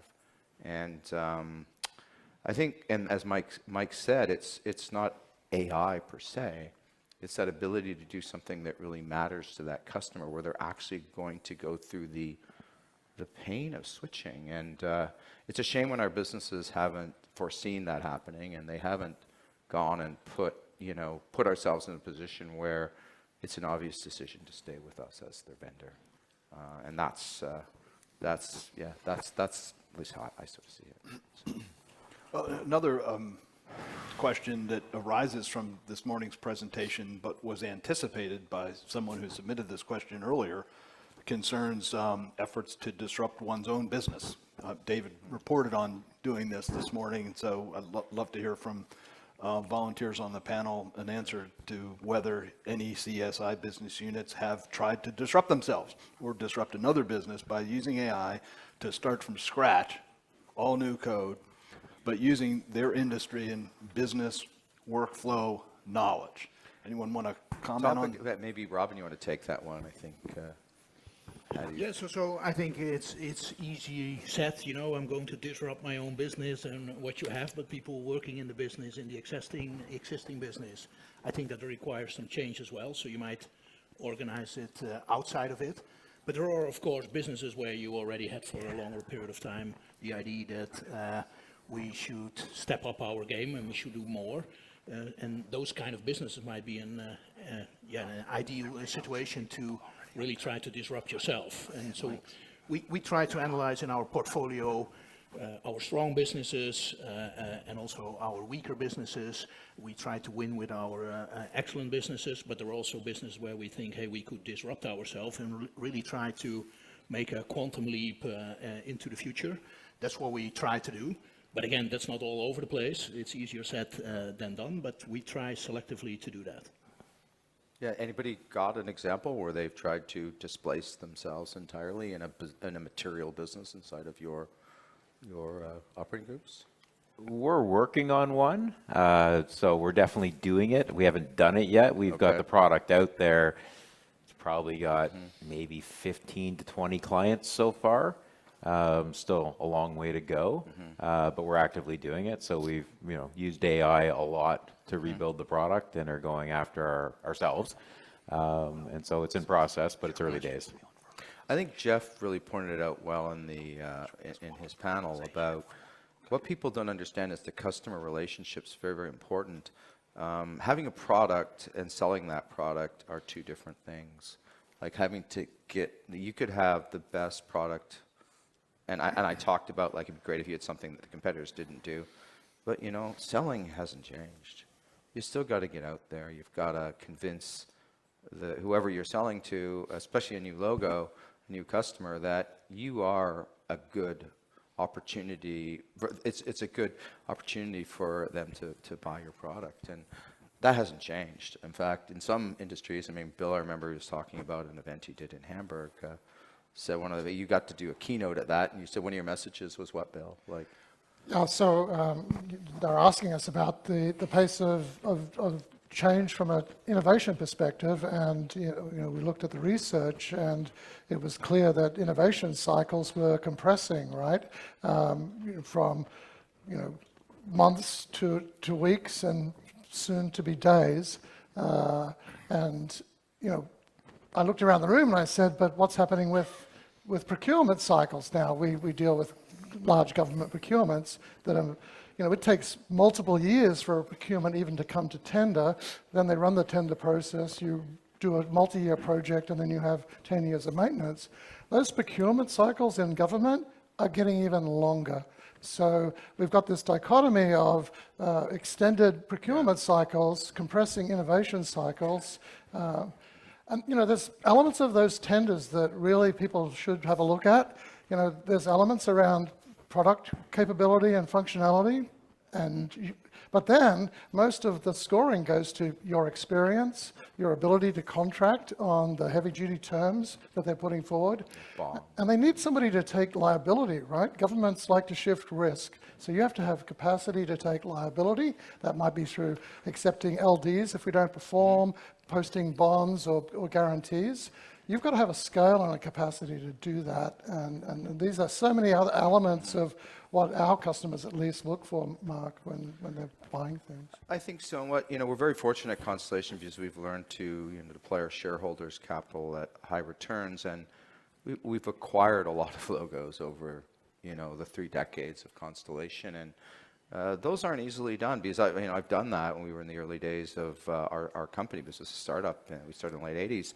Getting customers is so hard. You got to work really hard on it. I think a really interesting industry is telecom, though, with David, because there's such a rapidly, you'd say telecom changes rapidly, right, David? And you've got a, what are those customers like with this particular question? Well, microphone's working, right? Yeah. So, they're inherently conservative. They've been through a lot of technology life cycles. They're bruised and they're fatigued, and their pace of change is subject to regulation, subject to lots of big complex platforms that are highly integrated. So when we talk to those customers about AI, it's enabling math functions, like we do a lot with fraud and revenue insurance, and how can we apply new math functions to determine faster. We have a lot of agents already. We use a lot of machine learning in a number of our products.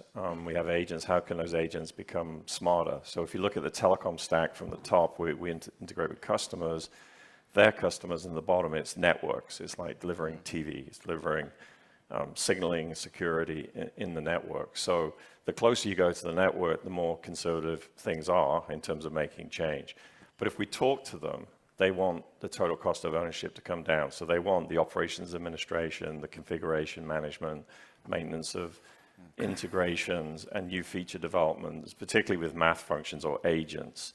That's what they want, and we're laser focused on solving those problems because their platforms just don't go through. It takes, you know, we heard from months to days. We're trying to get them from 3-year cycles down to 1-year cycles, down to maybe 6-month cycles because of the regression testing, because of the regulatory testing, the security testing.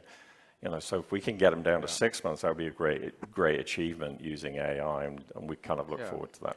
And capturing new logos in your space is really hard, right, Dave? Yeah. I mean, like big clients. We mainly get new logos through acquisitions, right? It's very hard to go into a large media or telco business and become a new vendor. They want less vendors. They want consolidation. And if there's something risky in their environment, they're going to want us to do it. They're not going to want some new name company that they don't know. So they'll always give us the first chances. So if we can move quick, we should be able to capture that business. I just want to make the point that even though we have long procurement cycles, that does not give us the license to sit on our hands. So, you know, we are moving quickly to use that time to build out the value, increase the value that we provide. Yeah. Okay, well, sorry, the panel we're having. I want to alert the audience that after Will asks the next question about this morning's panel, we'd invite audience questions from this morning's presentations too. So if you want to think about your question and begin to line up, we'll take those questions after Will's next question. I have a quick one about the verticalization. How is CSI approaching subgroup verticalization when BUs in the same vertical are in different operating groups? Well, we had, I mean, we're discussing that on an ongoing basis, and you know, one of the reasons we wanted to highlight verticals is in some cases we think our verticals should work closer together, and you know, but we're evaluating that on a case-by-case basis, and the whole team here is involved in that. So yeah, we're going to continue to evolve our verticals and get deeper where it makes sense. But ultimately, our business units are what really drives our success. So we'll cautiously think through that. So. Anyone else want to comment on that concept? He's quiet. Jeff, take one. Mark I think we said enough on that for today. So. We'd love to have a question from the shareholders present here today, and so why don't you take it, the first one. Sure. Joseph Shaposhnik from Rainwater Equity. Question on the costs of investing in AI and how you guys are thinking about that.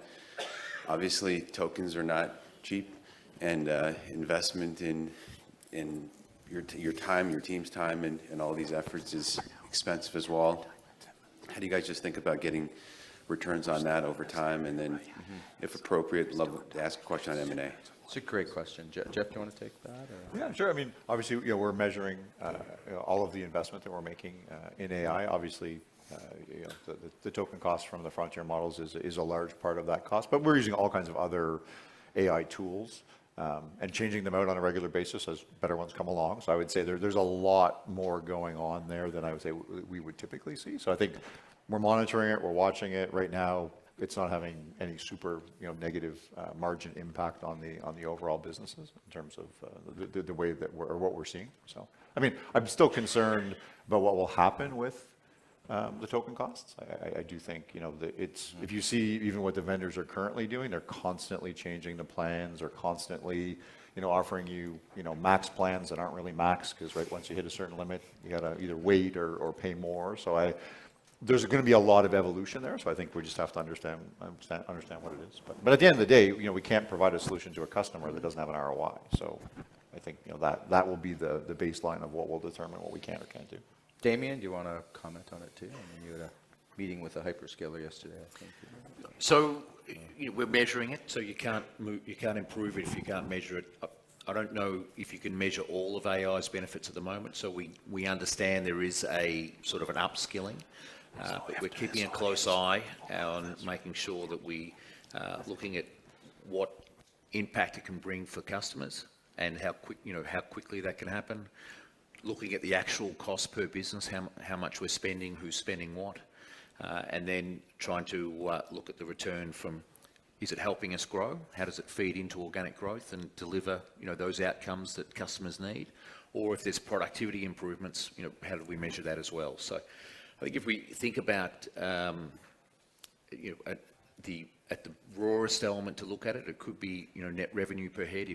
If AI is producing, then we should be able to do more with the people we've got. More value to customers and getting or winning more customers using AI. So that's a base model, but we're also evaluating a few more metrics that we're going to use and try to understand. But it's not all going to be captured at this point. It's all. Remember, we measure because we're decentralized. We measure everything at the business unit level, and we'll understand who is overspending on that, which, we've seen that happen with initiatives in organic growth before, where we invested a whole bunch of money building something new and returns on that were terrible.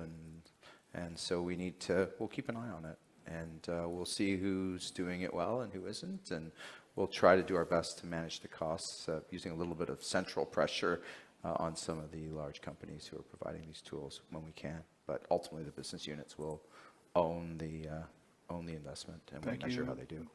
Thank you, Mark, Jeff, Yes, and sir. Damien. And Yeah. for the question, let's turn to the middle aisle for question number 2. Thank you. Alex Captain with Cat Rock First Capital. shareholder I met yesterday when I came in It was the good to elevator. see you. I wore my collared shirt for you. Yeah. No tie. Yeah, good. We said no tie. So great presentation today, and Thank actually you, a Alex. perfect follow-on to the previous question, which was about AI costs, and your response right now with respect to the metrics. Latest quarter, after you guys, I think, have had a lot of progress in some of the business units, as you talked about this morning, and driving some initiatives that are AI-based that generate some revenue. But the latest quarter is sort of consistent with the previous trend. What do you think is the timeline for actually starting to see at the aggregate CSI level metrics on the top line that are going to reflect the success that you've had? I'd love to see more organic growth. I'd love it to be yesterday, independent of AI, but it's really hard for me to predict that, Alex. It's really hard for us to suggest when that's going to happen. And we're just, we haven't seen a lot of loss of revenues from AI or any, but I haven't also seen a lot of new revenues from AI as well. So we're just trying to drive adoption of the usage of it, and we'll monitor it internally. But I'm not signing up to a time when we can suggest there will be an impact on our revenues from a growth perspective. But believe me, the pressure will be on our business leaders to do better and to continue to grow as much as they can. And obviously incrementally getting good returns on the dollars we're spending, or euros or Swiss francs on doing those investments. Maybe if I could ask just a quick follow-on on Sure. that. Given that there were, for example, some costs related to tokens this quarter, that was reflected in the maintenance cost line. Presumably there's some costs related to development. Are we covering our costs, or more than covering our costs, with respect to the AI investments right now in the P&L, putting aside what you'd expect going forward? I haven't looked at that. Yeah, it wasn't a material increase in that COGS line. I would believe that, we're probably outpacing revenue with cost today, because I think we're investing a lot. But it's not a material impact on margins. I think it's a very minor impact, but I would believe it. Thank you, Alex. And thanks, Alex, so much. Let's take one more audience question in this segment before returning to Will. Sir? Thanks so much. My name's Ryan Floyd from Barca Capital. Thanks, everybody, for putting on this nice event. It's wonderful. We appreciate the candid transparency. My question is for Robin. Nice to see you. Topicus made an acquisition, or TSS did, in Indonesia, which is really interesting, and they have operations elsewhere in East Asia. It would be great to hear about what that experience has been like, lessons learned from it. Looks like public information. You've been looking at other opportunities in East Asia. It would be great to hear what, to the extent you can speak about it, the pipeline would look like, but also just in general about what the lessons from that have been. Yeah, so historically we were predominantly focused on Europe, but we slowly but surely move out of Europe as well. This Indonesia is an example of it, and we might disclose some more in the near future. We do it selectively, we do it step by step. No other approach than in, let's say, European or North American countries. So that's in general the philosophy. And what we learned, and that's what we already knew within Constellation, is, you know, if I have to fly from Amsterdam to Helsinki, it's probably 3 hours, or to Portugal, it's 3 hours, and to Jakarta, it's 14 hours. So it consumes time. Of course, in the plane you can work and think, but that's one thing, so you have to go over there. And what we found out is that with certain things, difference in culture, which we already knew because that's in Europe the case as well, but there's even a difference again. So the belief always have been in Constellation that vertical market software is vertical market software wherever you go. That's still the case, but the way how you approach it, how you get best practices implemented, it differs, and it also differs, you know, the local management you have. I don't think that's always related to culture or the country. Sometimes you get lucky with an acquisition with great people, and sometimes you don't have that, and you have to implement changes. And so in a sense, it's not different than what we've been doing. It's only some cultural aspects, traveling and all that kind of stuff, but we're committed to continue on that path. So it's not just one thing, but of course we take the learnings into account, but I'll expect us to do more there. Thank you, Robin. And Thank you very much. Ryan. Appreciate that. Let's return to the panel. Pivot into operations, where AI will obviously percolate some more, but Will has received some very interesting questions about operations.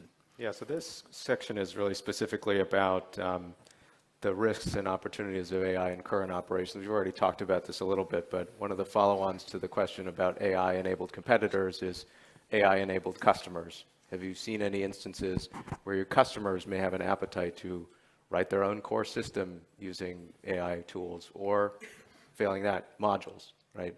Are they perhaps do they perhaps have less appetite to buy modules from your companies because they can write some of these extensions or small things themselves? Have we seen any of that? No. We've not seen any yet, no. No way. We used to have, and we still do have, software that's installed on like mainframes, AS400s, and we used to always have to place the code out there, and some customers would have their own professional services people developing on that code because they thought it was cheaper than buying it from us. But you know what happens is a few developers leave, and they call you up and say, hey, you know, we've modified the software and we probably need some help making it work again. So I think we will see customers develop things, and they will. Some will have IT departments that do, and that's okay. And we hope we'll still be the trusted partner to make sure that it works and isn't you know, messing up someone's healthcare data that Centina has to worry about, one of our businesses. So, but we haven't seen it. I haven't heard anything. We've also gotten a lot of questions, and we've heard a little bit from panelists here and there about maybe tiering the businesses, right? Thinking about strong businesses, weak businesses, especially as it perhaps as it pertains to AI. And so are these sorts of portfolio classification exercises and ratings typically at the BU level? Is it at the Constellation level? And can you talk a little bit more about specifically what you're thinking about and looking No, for? Constellation, we're sort of looking at, how the tools are being adopted across the world. But I honestly don't really like to tier businesses, or, some of our operating group leaders here might do that in some ways. I think our weak businesses will continue to be weak, and we hope we get better leaders in them and make them stronger, and our strong businesses will continue to be strong. So I think, and that's, we measure that on a financial performance basis at the business unit level, and in the end, that's what matters. It's, you can get good returns on the incremental capital you deploy on either organic growth or incremental acquisitions that you do in that particular area. So I'm not a big fan of ranking businesses from an AI threat perspective, personally. I think the same applies independent of AI, whether a business was strong or weak. I don't know, but this crew might disagree with me on that. This is the wonderful thing about Constellation. We're allowed to differ and do our own thing. So at Medaxa, we have built a vulnerability assessment tool, not so much to tier them in terms of bad or good, but to really understand where they sit from a vulnerability perspective. And we're using that to determine how we approach the investment going forward. So we have a lot of businesses that are, fortresses. That doesn't mean we won't be spending money on AI, but it changes the way we think about exploiting that strength and doubling down on it, as opposed to some other businesses that may be more vulnerable, which may need a different type of investment. So we're using it to think about, it's not a cookie cutter approach to how we approach the investment. So it's a guide, and that's the way we've adopted it. It's a qualitative assessment, right? Yeah.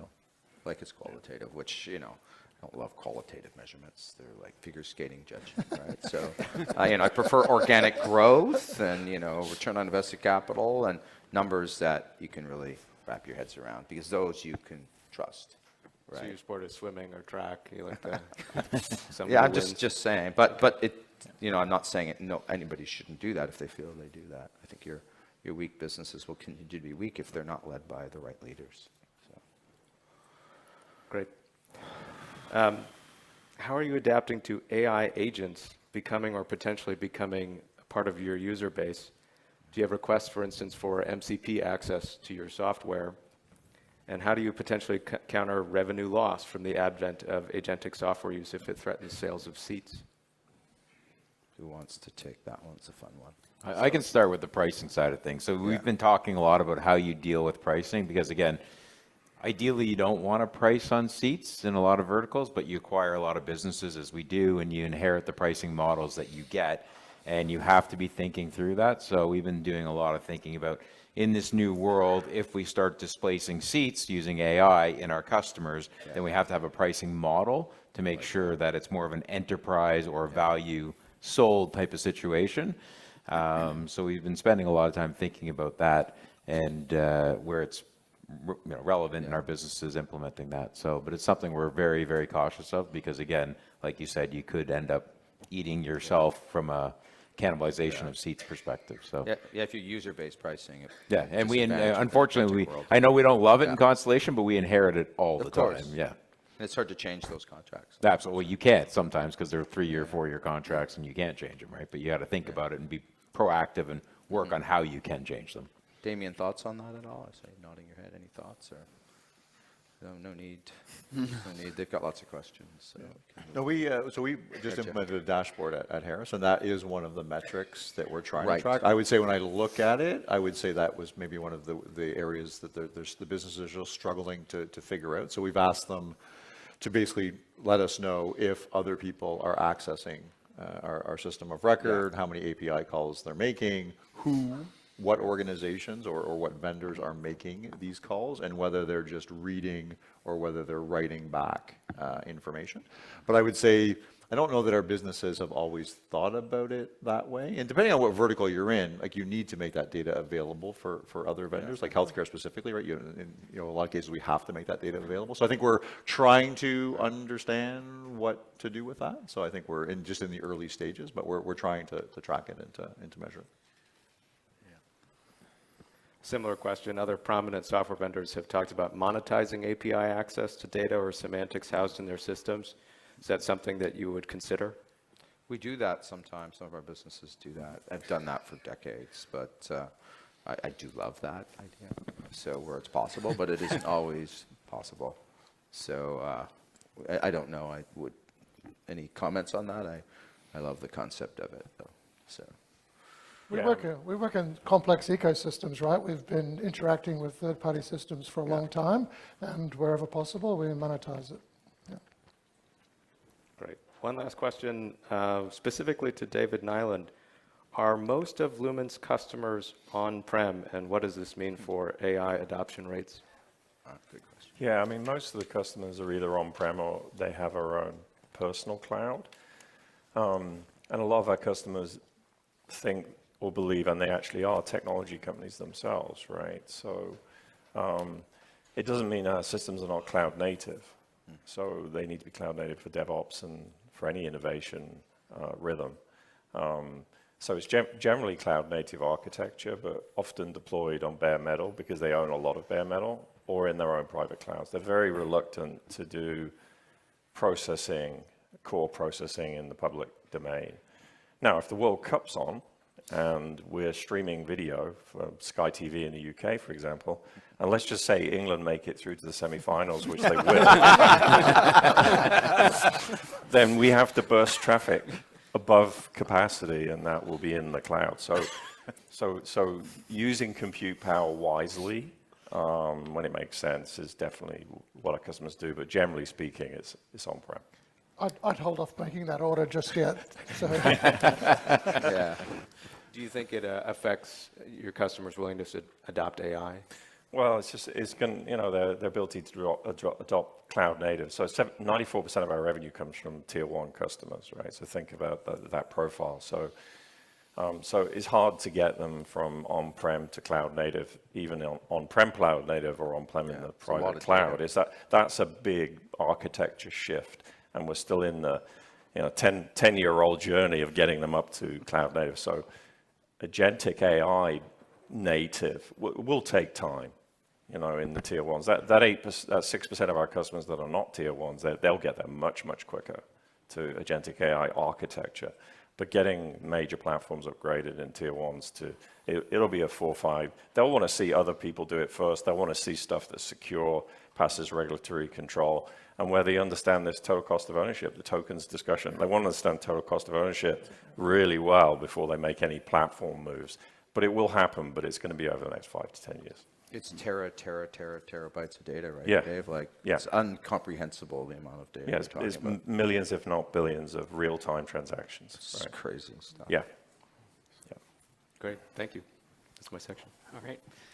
So I've got the next fun section of how CSU's culture and operations and incentives interact with AI. So the first one I have is a prominent US business person recently said on a podcast that the majority of SMBs don't understand AI. So in light of that, shouldn't Constellation revise its performance incentive model to prioritize organic growth over acquired growth in order to spur subsidiaries to develop new AI offerings? And we've seen some examples of that, of course, but I guess this questioner is asking, should there be a little more priority focus on organic versus acquired growth, depending on the vertical or the... This is a great question for John Billowitz. He sits on the HR. You got to get him to say something. I was half asleep. It wasn't. I heard operations. So it's good. Yeah, it's true. If you don't mind, John, I'd like you take that one. It's a discussed topic. I'll talk about a bit about the compensation plan, which I think everyone is familiar with. I mean, the core of the plan, which everyone up here would be on, would be return on invested capital, and then there's a growth element to that plan.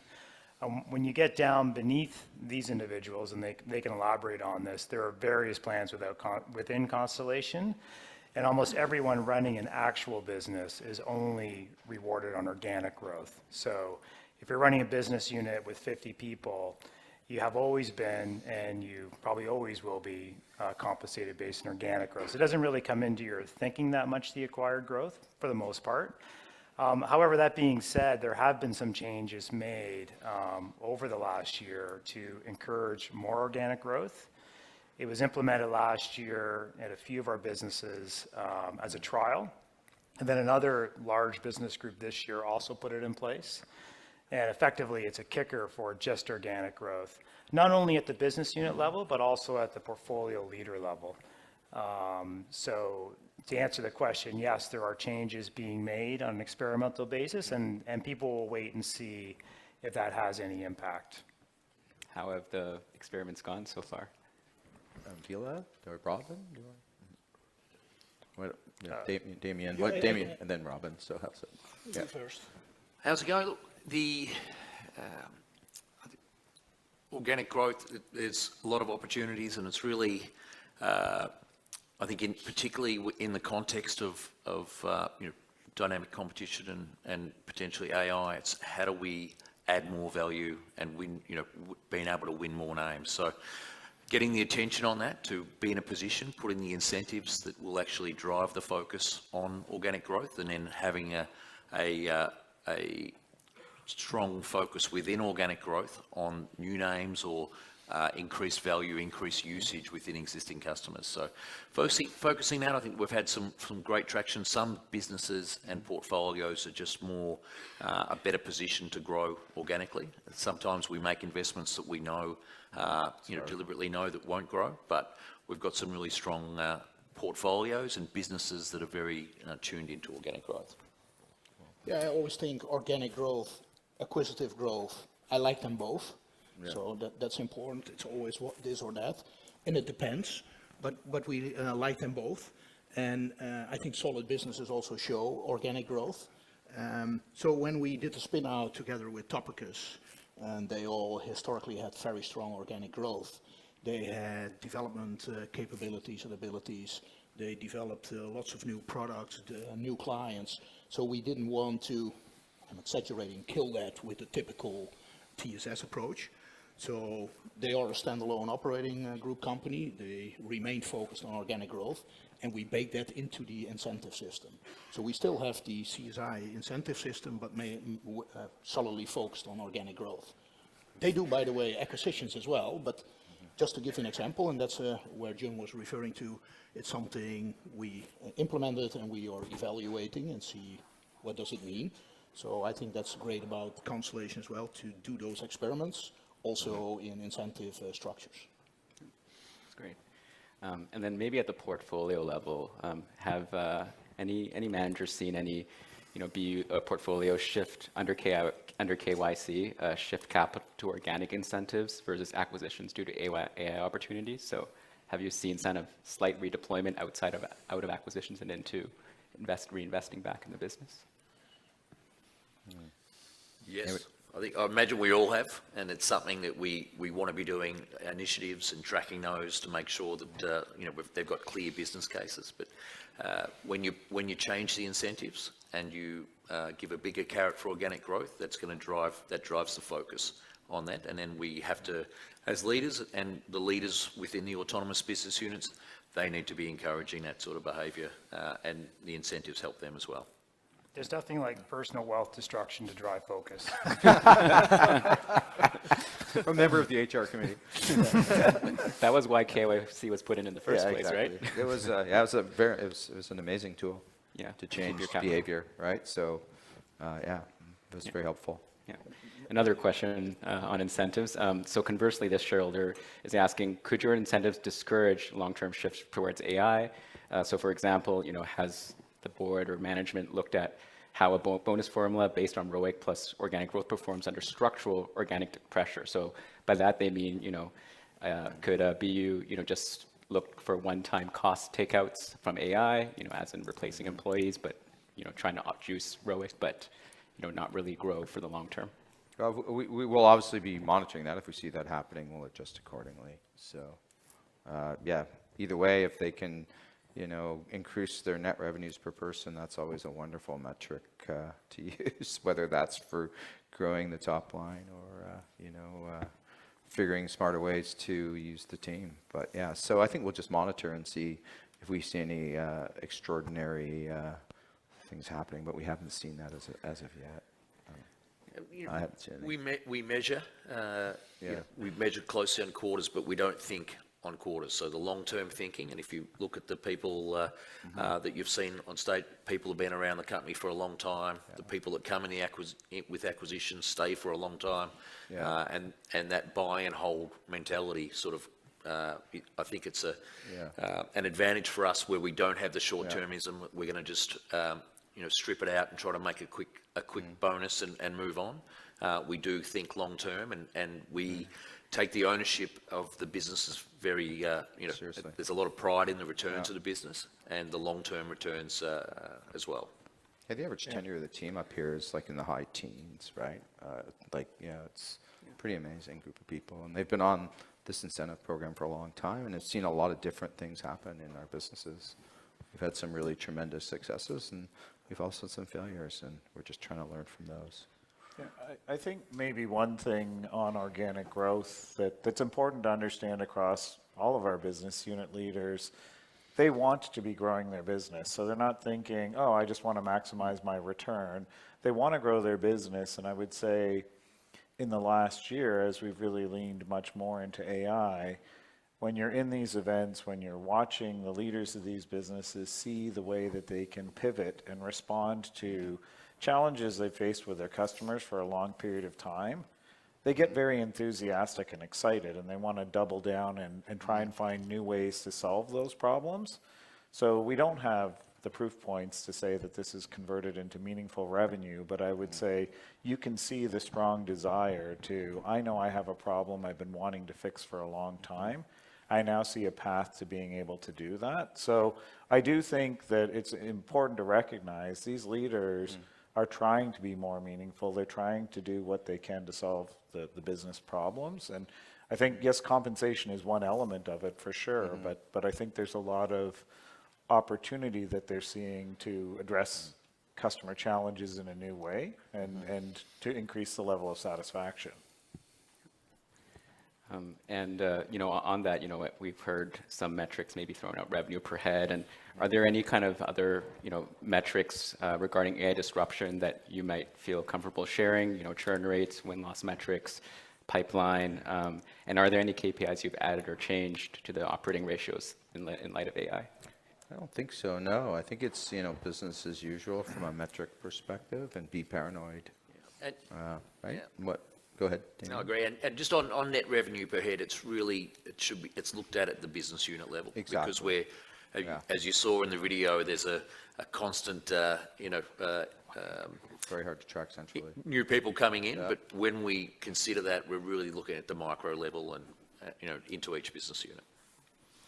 So before you ask your last question, I'd like to cue the audience that after Howard's next question, we return to the microphone. So if you think about a question and go to the mics in a minute, we'll welcome your contributions. Yeah. Howard. Thanks, Larry. So last one here, really a lot of benefits of decentralization, and I subscribe to that too. But what this shareholder asks, at what point does a lack of a centralized AI capability become a disadvantage? For instance, negotiating enterprise-wide partnerships with hyperscalers or large language model providers, so you have that scale. And have you considered a hybrid approach, because of some economies of scale? Like we are like ourselves, the couple of dozen people at Constellation will definitely speak to them about I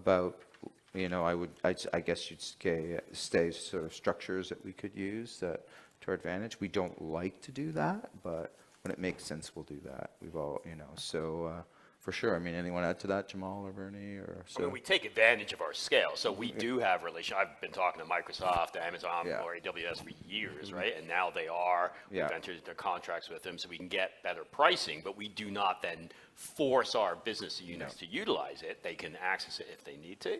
So I think we do have the best of both worlds. We can still take advantage of our purchasing power. So one of the real advantages is we can get the really good engineers out to hang out with our business units. And that's hard to do if you're a business outside of Constellation. It's a standalone, business. And you think of our businesses like, I mean, maybe that didn't come across in the presentation today, but if you looked at I won't quote any numbers, the average business unit size, the median business unit size, these are small businesses, right? There's dozens of employees in those businesses. And the ability for us to get a terrific engineer from one of these hyperscalers to sit down with the head of that business, the head of development for that business. And I saw it yesterday. I was sitting at a table with a group of people who were developing some product that was an agent, actually, and I won't tell what business. And I thought one of the actual people from the hyperscale is one of our employees, and I said hi to her, and she said, "Who are you?" And it was kind of like, it was fun to see that, because that's where I think our scale helps us the most, and we appreciate all of their help, and we're happy to pick up the phone and say, "Hey, we need someone to help us with this."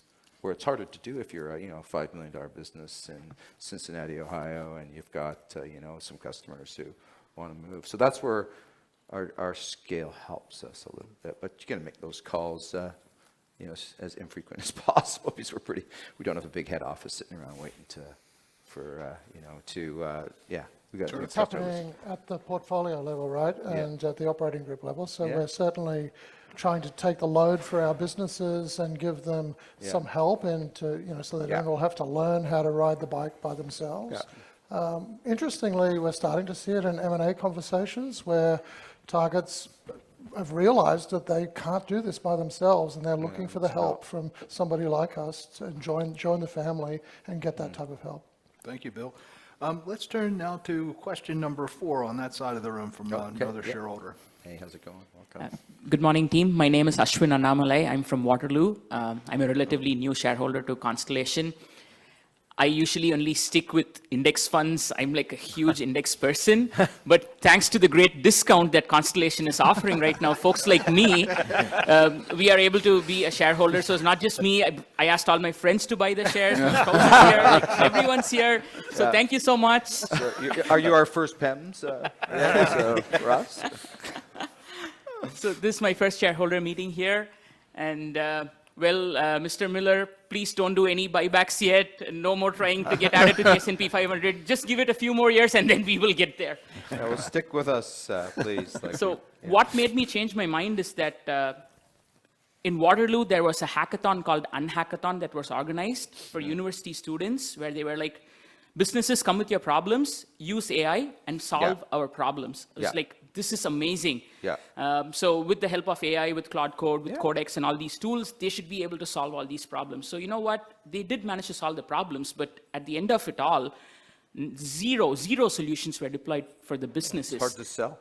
And that's when it was the light bulb moment for me. And I was like, building code is one part of the solution, but having the ownership and the trust is really important. The very next day, started buying Constellation. You're welcome. What's the failure rate on startups, right? It's so frustrating. It's so like, you can build something great. I'm a developer, and you could build something and it's really actually very useful. But success is not judged on your ability to develop products. Success is judged on your ability to go out and convince the customers that they want to use your product. And I honestly, over the years, I'm sure all the team up here have felt it. There's products that we've built that made a ton of sense, but it took so long to penetrate that the returns on it it's a difficult thing to do. So thank you for that. We didn't actually ask you to say that, but it's true. And they're doing a hackathon. That's essentially what they're doing up near the airport now. We've got our own hackathon. There's 160 people there, and they were up doing pizza and Red Bull last night or what have you, and they're trying to do that too, but they've got to go convince their customers that they need this, and we've got, as Jeff said, a great relationship, and it's still hard, right, Jeff? Yeah, for sure. It's still hard, so I don't know if we answered your question, but thank you for the discussion. So I still did not get to my question. What is your question? So, AI has improved productivity a lot, and we are seeing large-scale tech layoffs. Are we going to see the same in Constellation? Thank you. Who wants to take that? No one's jumping at that one. I don't see us doing large-scale layoffs, no. At the moment, we're so focused on how to leverage this capacity, because what you've got to understand is we just have an enormous backlog of our customers wanting us to do things for them. Some of those things that just didn't make business sense now do make business sense. So, I think as it was said earlier, maybe not everybody's going to come for the ride with us, but thinking about large-scale layoffs is not on certainly our mind. I never discuss it with anybody here, by the way. Barry has Like- a comment. I don't know if he's. Yeah, I was going to just Sorry, add Barry. to what Bill was saying. Yeah. One of the things I say a lot within the Jonas organization, it's a phrase that my team knows very well, and I do the hypothetical: if the business gods came down from above and said, Barry, here's the deal for you. You will never, ever, ever win another customer again in Jonas's history, but at the same time, you will never, ever, ever lose a customer that you currently have in the Jonas organization. Yeah, yeah. Would you take that deal? And I say 150% I would take that deal, because there's so much more we can do for our customers. And AI just makes it so much easier. And Mark talked a lot about it today with customer intimacy. If we get this right, the Utopia grid is massive. And so we don't need it. I mean, don't get me wrong, I want both. I want new name customers too, but you know, the opportunity is huge. So that's how I think about it. And if you think about that, you need more employees. You don't need less employees. It's such a great answer. Like, I tried to convince one of our business leaders of that once. Like, we bought this company in Switzerland, and I was like, you never need to get a new customer, because they always blew their brains out implementing large new systems. And believe me, it depends on our business, so don't take this across Constellation. No, absolutely. but it was like, honestly, like, you should just build more things for your existing customers, and that would be a great business. And your customers would actually care more about you, because you're actually listening to them and solving them, rather than running to the next building to like try to pitch something to someone new. And you put all your smart people sometimes on those new things. So that's a really great point, Barry. Very inspiring. Let's flip back to the question number 5 from the audience. Welcome. I'm Felipe from São Paulo, Minu Capital.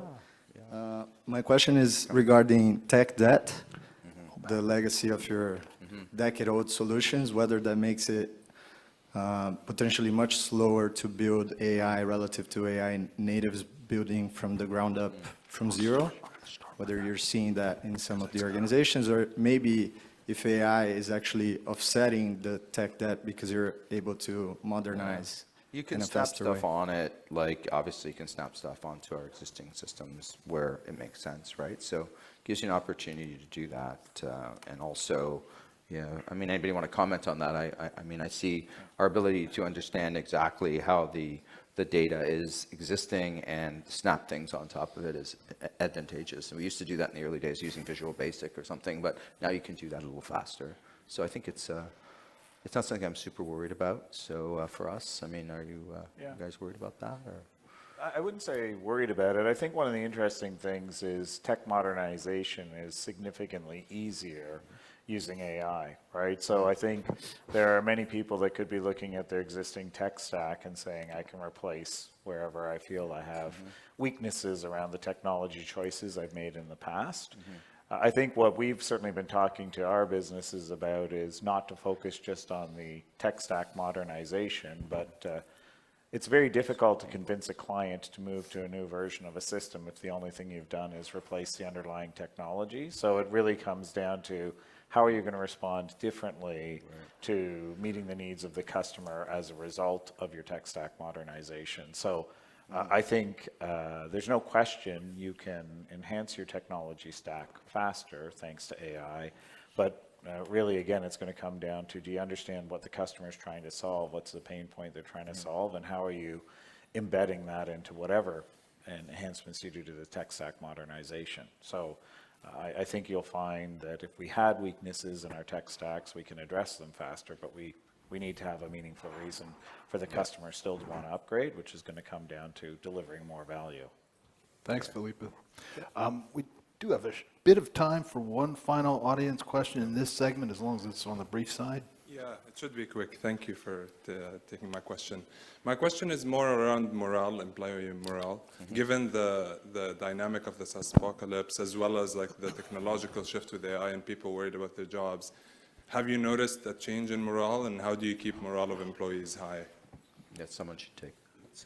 Look, what we've seen in a recent major event was, a recognition that people have gone through, all the emotions with this, and so have we, right? But what I've certainly picked up as the technology has matured so much in recent times, and people can see real value, and it's starting to shake out how we can really leverage it.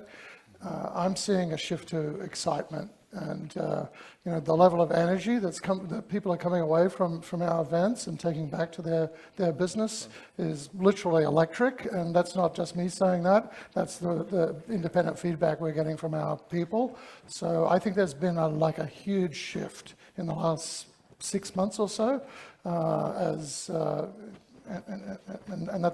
I think that's happening at all our levels. I think some of us are lamenting that we can't go back in time and do some things over, because we would love to have the access to the tools that we're seeing today.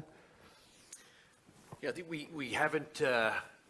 we haven't seen leaders leave, or people, morale start to impact people and concerned, and people, very little sort of talk about the share price. I think most of our leaders understand the power of compounding, and they're in for the long-term journey. They've got autonomy on the business that they're working on, and they can see a pathway there. So although the external noise or changes, they're not oblivious to it. But when you're in control of what you're doing, and you know you can compound your space, and you've got capital to grow, and you believe in the model, I would say morale is very high, and we don't have, as demonstrated by probably engagement, harder to measure, but also losing leaders. We're not seeing that. Yeah, you've got dozens of customers, hundreds of customers, and dozens of fellow employees. It's a little bubble you're inside one of those businesses, and we hope to allow them to continue to be inside that bubble and just learn from each other. So I think, yeah, it's not like it's a part of this big, massive organization, and it's you're inside your business unit, and you got your customers, and you got your teammates, and you're trying to figure out what to do for those customers. Oh, it's a great question, and yeah, thank you. Helpful answers. Thank you very much. Just pivot a little bit to the segment I'm going to tee up, which is some technical matters, including coding, and we'll start with rewrites. Greg touched on the topic of rewrites, AI and rewrites in the panel this morning. We had quite a few questions around that topic, including one that came into the chat this morning. So here's one version of it. How is AI changing your approach to rewrites? Does the framework for thinking about the cost of rewrites change with AI, and in what ways? Rewrites still scare me to death, independent of AI, but I don't know about how about all of you. I think if you're thinking about it that way, you're sort of thinking about the world in an old way of thinking about the world. So we would rather our businesses, I think one of the panelists this morning said, step back, engage with your customer about what they're looking for, because this technology allows us to envisage a completely different way for our customers to engage with the data and the services that we would traditionally provide them. So, I would be putting rewrites at the bottom of the list of priorities personally. Yeah, it's like you'd rather do more for your customer than rewrite your existing system. So as a developer, I used to love to rewrite stuff because you always thought you could do it better. But honestly, I'd rather add more value to your customer than rewrite your code. But I think some people will. I mean, is there many rewrites going on? I wouldn't. There's probably more than there was before. The rewrite's always been an ROI issue. So Yeah. The fact was before there was just no ROI in rewriting the vast majority of our solutions. I think the ROI equation is now different with AI. So I think we're probably more willing to look at different opportunities, because the return, which I would say maybe rarely ever existed before, now in some cases does. But we still need to prove it to ourselves, right? Agreed. Like, that's the sure. theory. Yeah. We have a small one going on, and we're watching it, and it's progressing well. But getting to 85% is doesn't seem to be that hard. Getting to 100%, and then to my point, getting customers to actually adopt it is a whole different. It'll be done challenge. next quarter, right? And then next quarter, and then next quarter, then multiple quarters later. Thank you. Good. Second question in this segment from the shareholders that submitted questions refers to a recent discussion among leading programmers about a sudden shift from autocomplete to agentic coding, that they hadn't expected it, but now think it's confirmed. And they want to know, is that feeling common across Constellation businesses? Who wants to take that one? I could do. Look, we're seeing it. We're experimenting with it. The jury's still out a little bit because we're conservative and we want to see, but we're definitely, I would say, recalibrating our expectations about how this is going to develop. So, you know, my sense, like generally, if at Constellation, again, I talk about we're very intimate with our customers, we're close to our customers. There's an opportunity to do more specific things for fewer customers than, you know, you used to build once and sell many.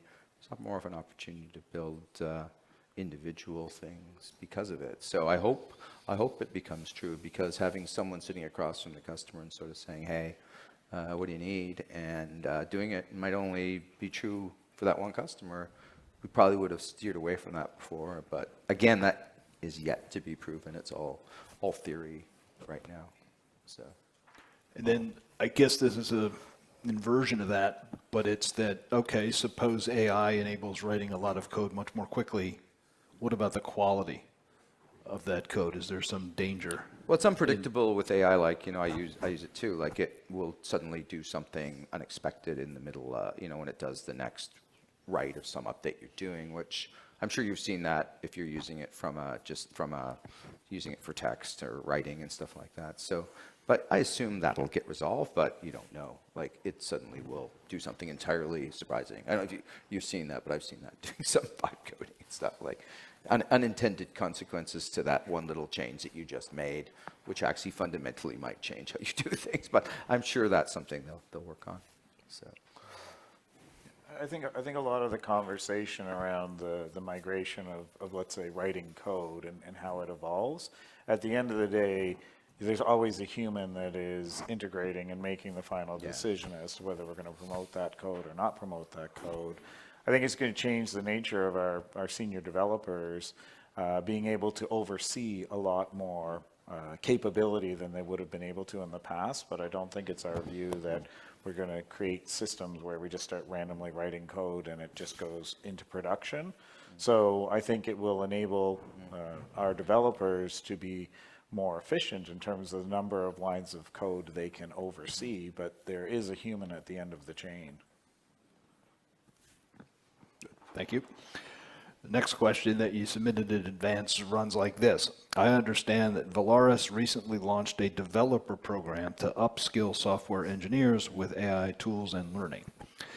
And you touched on this before, Mark, but I'd love to just hear an elaboration, if you don't mind. Even though Constellation is decentralized, in what ways, if any, is the company mandating or evaluating AI usage, product, and feature development and AI productivity? We're just looking at usage of tools, and it's Mike's event, but we also have multiple other operating groups at it. I mean, we're just sort of looking at how the tools are adopted, and we'll learn from the businesses. If there's good examples of things that happen, we'll just learn from them and share them with everybody around the table here and see if they can use them. So I don't know if that answered your question, Larry, but yeah. Satisfies me. Yeah. May I turn it now over to Will to enlarge the discussion about general operations? Sure, yeah. So these are a little bit less specific to AI. They're about operations. One of them I wanted to do is just a follow-up to an earlier segment that was posed in the live stream chat, which was we talked about the breakdown of seat-based versus other types of licensing. Yeah. Do you have can you give us a general idea for the breakdown of pricing models in the portfolio across the company? No. Jamal, that's your... Yeah. That's a tough one. The answer is no. I mean, we do not break it down that way. Like, I know there are, like we've just said, there are some seat-based pricing out there. There is other pricing, but I also believe that we can adapt, right? Yeah. I think, was it Barry said it, that if that becomes an issue and we start providing more agentic employees for that and seat-based goes away, then we'll find a way to get value for that, right? I mean, that's something we've always done. But no, we don't track anything in that way, so I don't have the breakdown. Okay. What it comes down to, like generally in business, you've got to be doing something that your customer values. You've got to be doing it better than your competitors in order to to deserve that value. And you've got to do that continuously. Think about that as you go through. And how you price, I think Jamal said, will be based on your ability to add value to your customers, right? And you can't take that ever for granted. If our business leaders take that for granted, well, they're not going to succeed. I hope they all remember that. So their customers are what keeps their businesses humming. We've gotten a number of questions from shareholders who are curious about Constellation payments. It's a long-running initiative internally, but there's a sense that it's getting more traction or becoming perhaps more mandatory in some ways. The question is, what are the incentives for Constellation subsidiaries to use Constellation payments as opposed to other payment processors? Also curious about the IRR on the investment needed to create Constellation payments. That's yours, Probably Barry. should take that one, maybe. I think so. Happy to let someone else Mr. take Payments. it. Yeah. So we've had a couple false starts with Constellation Payments, and so we realized many years ago there was a huge opportunity in a lot of the verticals within Jonas to capitalize on payments. We were always in the payments game as an ISO and reselling someone else's stuff, and saw that there was opportunity to get greater margin if you move up the food chain, and so we did that. We partnered with one firm originally, and that partnership didn't end up working out well. It wasn't the right gateway for us. And then unfortunately, we did a second partnership, and that was working great, but then that firm was actually sold to one of the big payments companies, and they discontinued or end of life that product. So don't want to get burned 3 times. It's kind of like the 3 little pigs. You know, eventually you build the thing out of brick. And so we got our own gateway, and we've launched that gateway. We have a number of clients on that gateway, and it's picking up some pretty good steam right now. So we feel pretty good about where we are. As far as going across Constellation, we picked the name Constellation Payments with the dream that we'd be able to sell to all our friends up here on stage, but we realized within Constellation that sometimes doesn't always work out that well. And so we're really focused within the Jonas organization. So the vast majority of the Constellation Payment stuff is within Jonas, but we do have a couple clients from Harris and a couple clients from Vila, and we just did a joint venture with Valeris over in the UK, so it's gaining some traction within the group, which is good to see, and it's upon us to prove that this is a great solution and better than the others, versus Mark Miller dictating to the other people on stage to make it happen. So we feel pretty good about the trajectory we're on.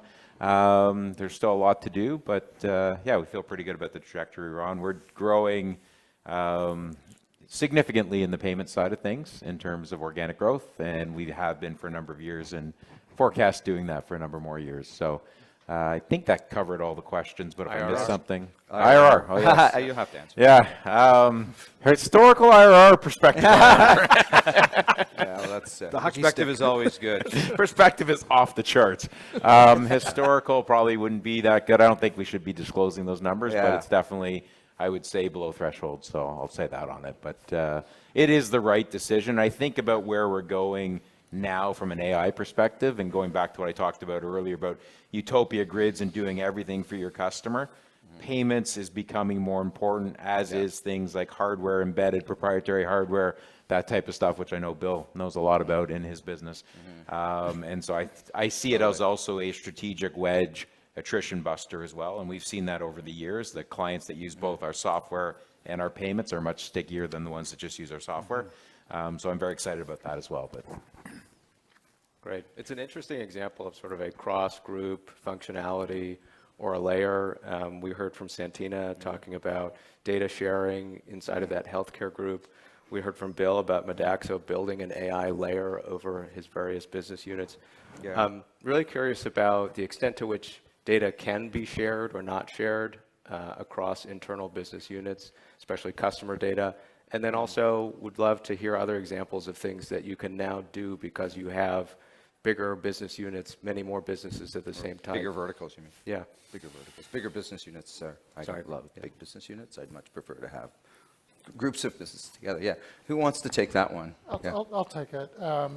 Look, we're trusted custodians of our customers' data, and we treat that very seriously. But we do have access into and can see, and with their permission, utilize that more broadly than we are today.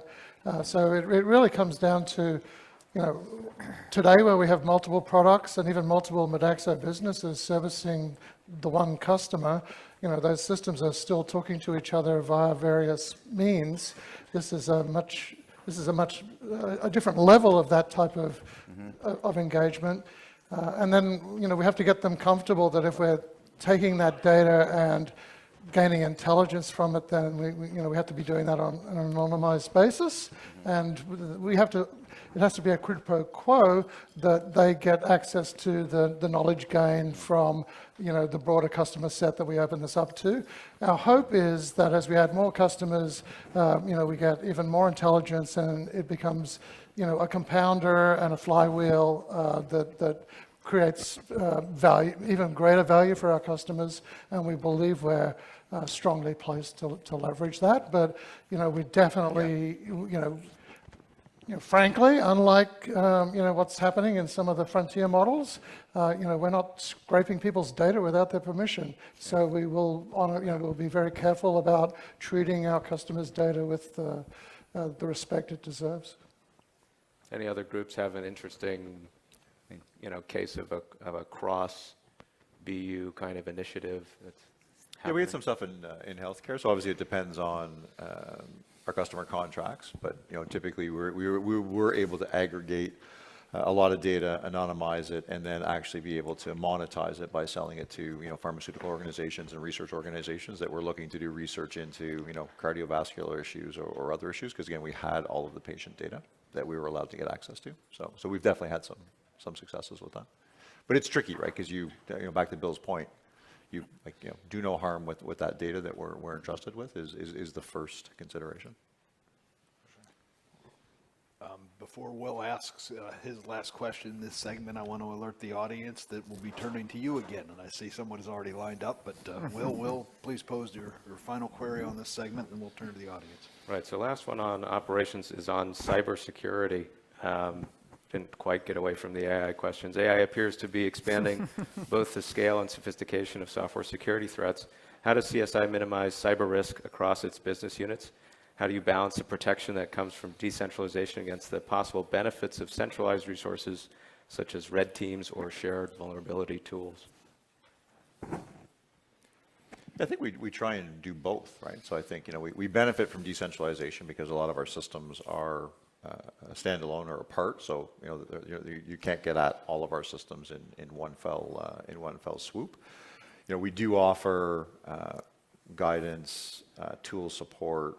In some cases, we mandate certain tools, CrowdStrike across all of our businesses, and then we still also encourage other businesses to do their own thing. So if you were to talk to Santina, she has a very specific healthcare focus because healthcare just gets attacked on just a continuous basis. So she would take the corporate support, and then she's taken it down a whole nother level. Like she has a cybersecurity leader within our healthcare practice, not just at the Harris level. So I'd say we try and combine both to get the best we can in terms of being as safe as we can.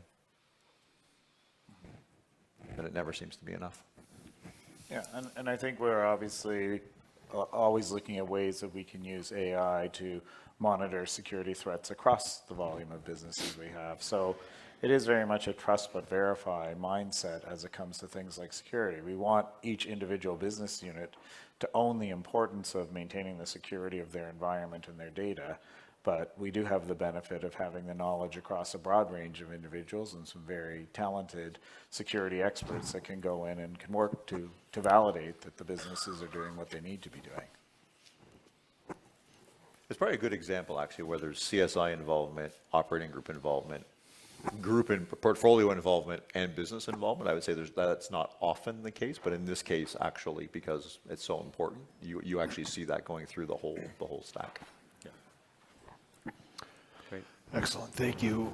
So let's turn to, I guess it's question 7 from the audience. We'll start on that side over there.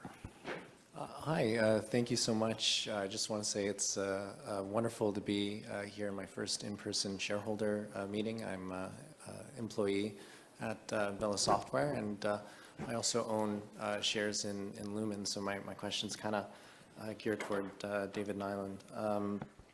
So with regards to the wide orbit acquisition, my understanding is that at the time, Lumen was valued around like 18 times EBITDA, and then Wide Orbit was at a lower multiple of EBITDA, like 13 times. So when they did the transaction, you were using a higher multiple public platform to acquire, you know, a lower multiple asset. I guess my question to you and the other spin-out companies is, there are companies like Chapters Group where they raise capital at the top co-level, and that can be debt or equity, and essentially that's at a cost below the acquisition yield, and then they funnel that to holdcos that can buy assets at lower multiples. I guess my question is, why hasn't Lumen and the other spin-outs leaned further into that model? Do you see that evolving that way, and just how you think about, you know, creating those value, meeting those hurdle rates through multiple arbitrage and those types of structures, like similar to Chapters Group? I hope that's Thanks. fair. Yeah. That's David? I feel I need ChatGPT to help me answer that question. Need a phone? Yeah, I know. So obviously we were valued at the time as a compounding acquirer, taking a long-term view of what that value creation would be relative to a standalone asset and how you would value a standalone asset. And it was a premium asset, so we paid a premium price for it. But a significant piece was the rolling shareholder investment in Lumen. So it's a very unique deal.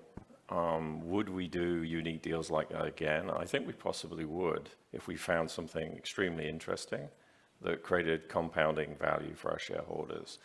You know, at $54 a share, we probably should have done it.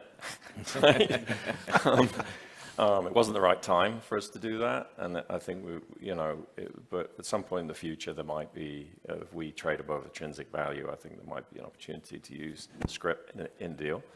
But that's not currently our investment thesis. We're compounding with cash and very traditional approach. But if something surprising, interesting, and large happens, yeah, we would definitely consider it again in the future. Thank you, David. Question 8. Hernan Silber with Rosemar Capital. You guys recently changed something in your M&A approach, which is you included a section on AI and risks and potential benefits. And I'm sort of going to turn this question around to the operating group heads and say, if you had to re-underwrite sort of all of your BUs, what % would you say the underwriting would change today with LLMs versus, say, 4 years ago? Wicked. No, I wouldn't.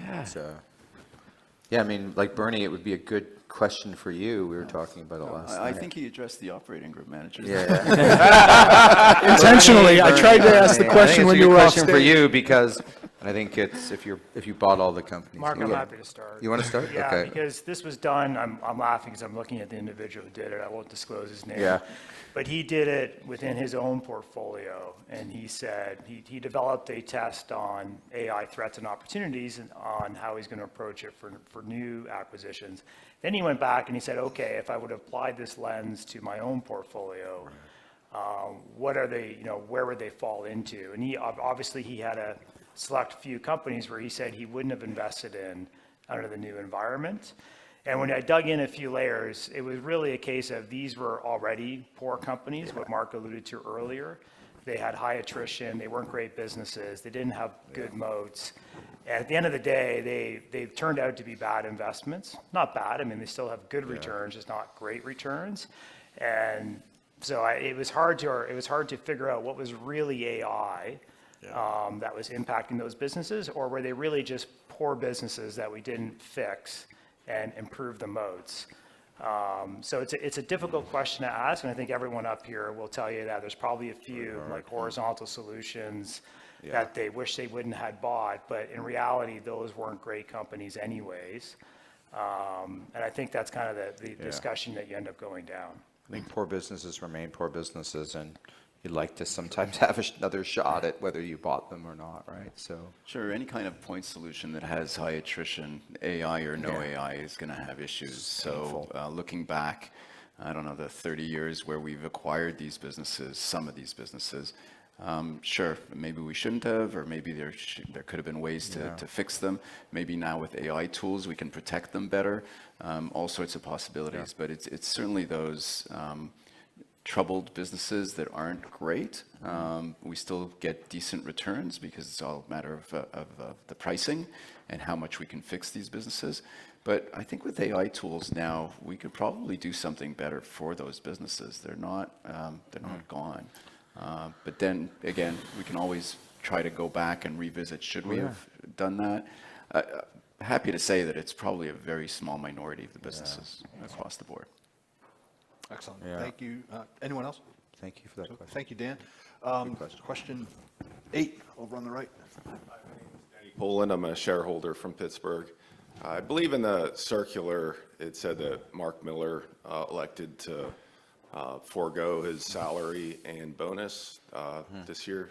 So that seems like a great deal for the shareholders. So thanks for that. I just carried on what Mark Leonard did, you know, and I really care a lot about this company, and I took this job to help this company and the shareholders in it. So it was I a think tough my negotiation. compensation. Mark wanted 0 comp, and we wanted to pay him something. And, So it's really just for, you know, I really just want to try to help this company improve and continue to increase its intrinsic value over time. Sounds like, my question was just what the motivation was. So it's really just in the best interest of the company, and I hope it can help in some way. Thank you so much for that question. And switching over, actually, thank you. Thank you, Mark. Thank you, Mark Miller. And it's actually question 10 here in the middle. And I think it'll be the last one before we have to come back to the panel. I had a question for Mark Miller.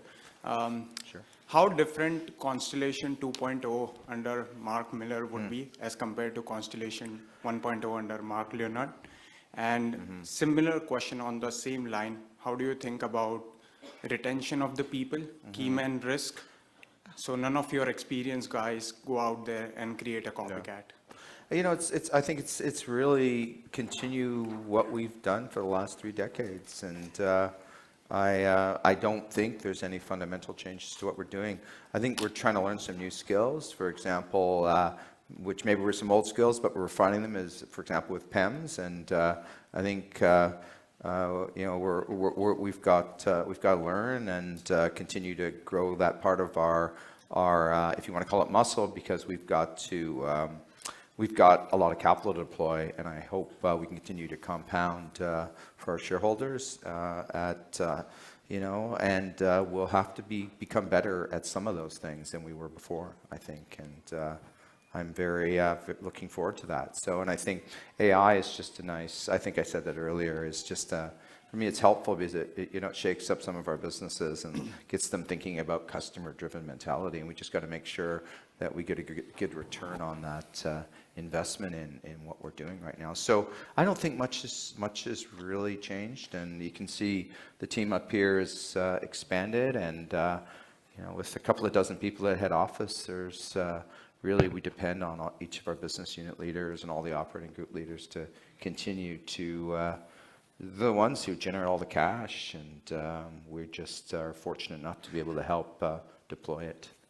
So honestly, I don't really think things are going to change much, and focus on developing people. Yeah, so, thank you. That's actually a nice segue. We've completed the first round and a half. We now like to move to M&A, and I'll turn it to Howard for the first segment of that section.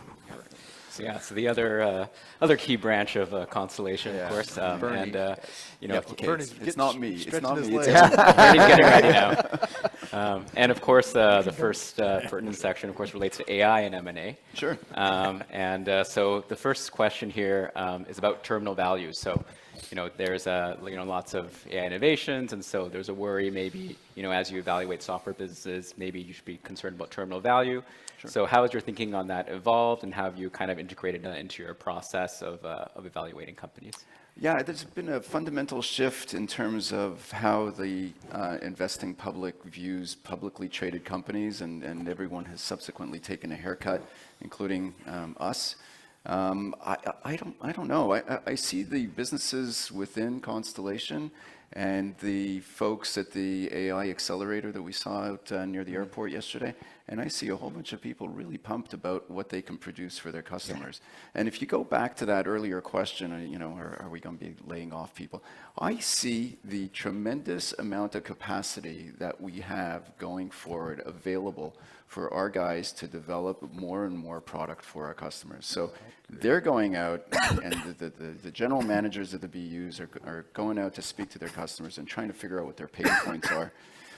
And all of that backlog of stuff that they've always wanted to do but never had the chance to deliver because it was just so tough to do, they're jumping in right now, both feet, getting everybody involved in trying to figure out what to do for their customers. So I don't see that terminal value diminishing the way that people have seen that in the public markets, and I think there really is a disconnect. Now, maybe there are some businesses that are on the fringe that maybe it could be copied really quickly, very easily, replaceable. I just don't see that. And so to me, fundamentally, I believe in the businesses that we're running here, and just the shift in this tooling that we have in our shed that we could just take advantage of and deliver everything that we need for our customers. Is it fair to say that then for the kind of broad M&A process across different operating groups, you haven't really put in any new, kicker for terminal value assessment or anything like that? I haven't. Have you? No, I haven't. I'd love to. No, none of that. No. So, yeah. And then on assessing, AI businesses, this shareholder is kind of asking, have you built any framework for assessing acquisitions of AI-first businesses, and how is that maybe similar or different to previous iterations of technology, like SaaS, mobile, all of that? Yeah, so AI-first businesses. So right now what we're looking at in terms of acquisitions, whenever a prospect comes into our sites and we're going through the motions, part of our diligence now is assessing their vulnerability to AI, and it varies from one operating group to the next to see how they assess it. But that definitely goes very much into our thinking to figure out whether or not there is a vulnerability. But not only that, we also look at a lot of these businesses that are really in their infancy stage in terms of using the AI tools, and because we're gaining all of that experience of using this stuff internally within our businesses, we're also looking at how we can apply this stuff to the new businesses that we're acquiring to see if there's any upside. So we're taking both of those into account. Yeah, the due diligence is giving you internal lessons as well, Absolutely. right? And what we love to see, now we have 1,500 plus business units. We love to see the results internally so we can use those lessons and apply them to future acquisitions. Which is how we've done everything from the start, Exactly. right? We always learn and some of these businesses come in with their own lessons that we can take from them as well, and fabulous people, of course. Yeah, we learned everything from the businesses we've looked at, Bernie, since '95, right? Right. Exactly. So AI is just another aspect of that. And kind of a offshoot of that is if any of these kind of AI businesses you're evaluating, they're using one particular frontier model. How do you kind of underwrite? Is that a risk? Is that a opportunity? Something to keep in mind of? The code is transferable usually between the models, just to be clear. You can use multiple platforms. Yeah. It's just a matter of trying code is code is code. Exactly. So yeah. Don't know if anyone else has anything to add. Well, I think, Howard, we're not really looking at that many AI first companies. Let's just be clear. So I think we're looking at a lot of companies that are saying they're doing things with AI, to Bernie's point, and we get in and we try and understand what they're doing, comparing it to what we're doing and making our assessments.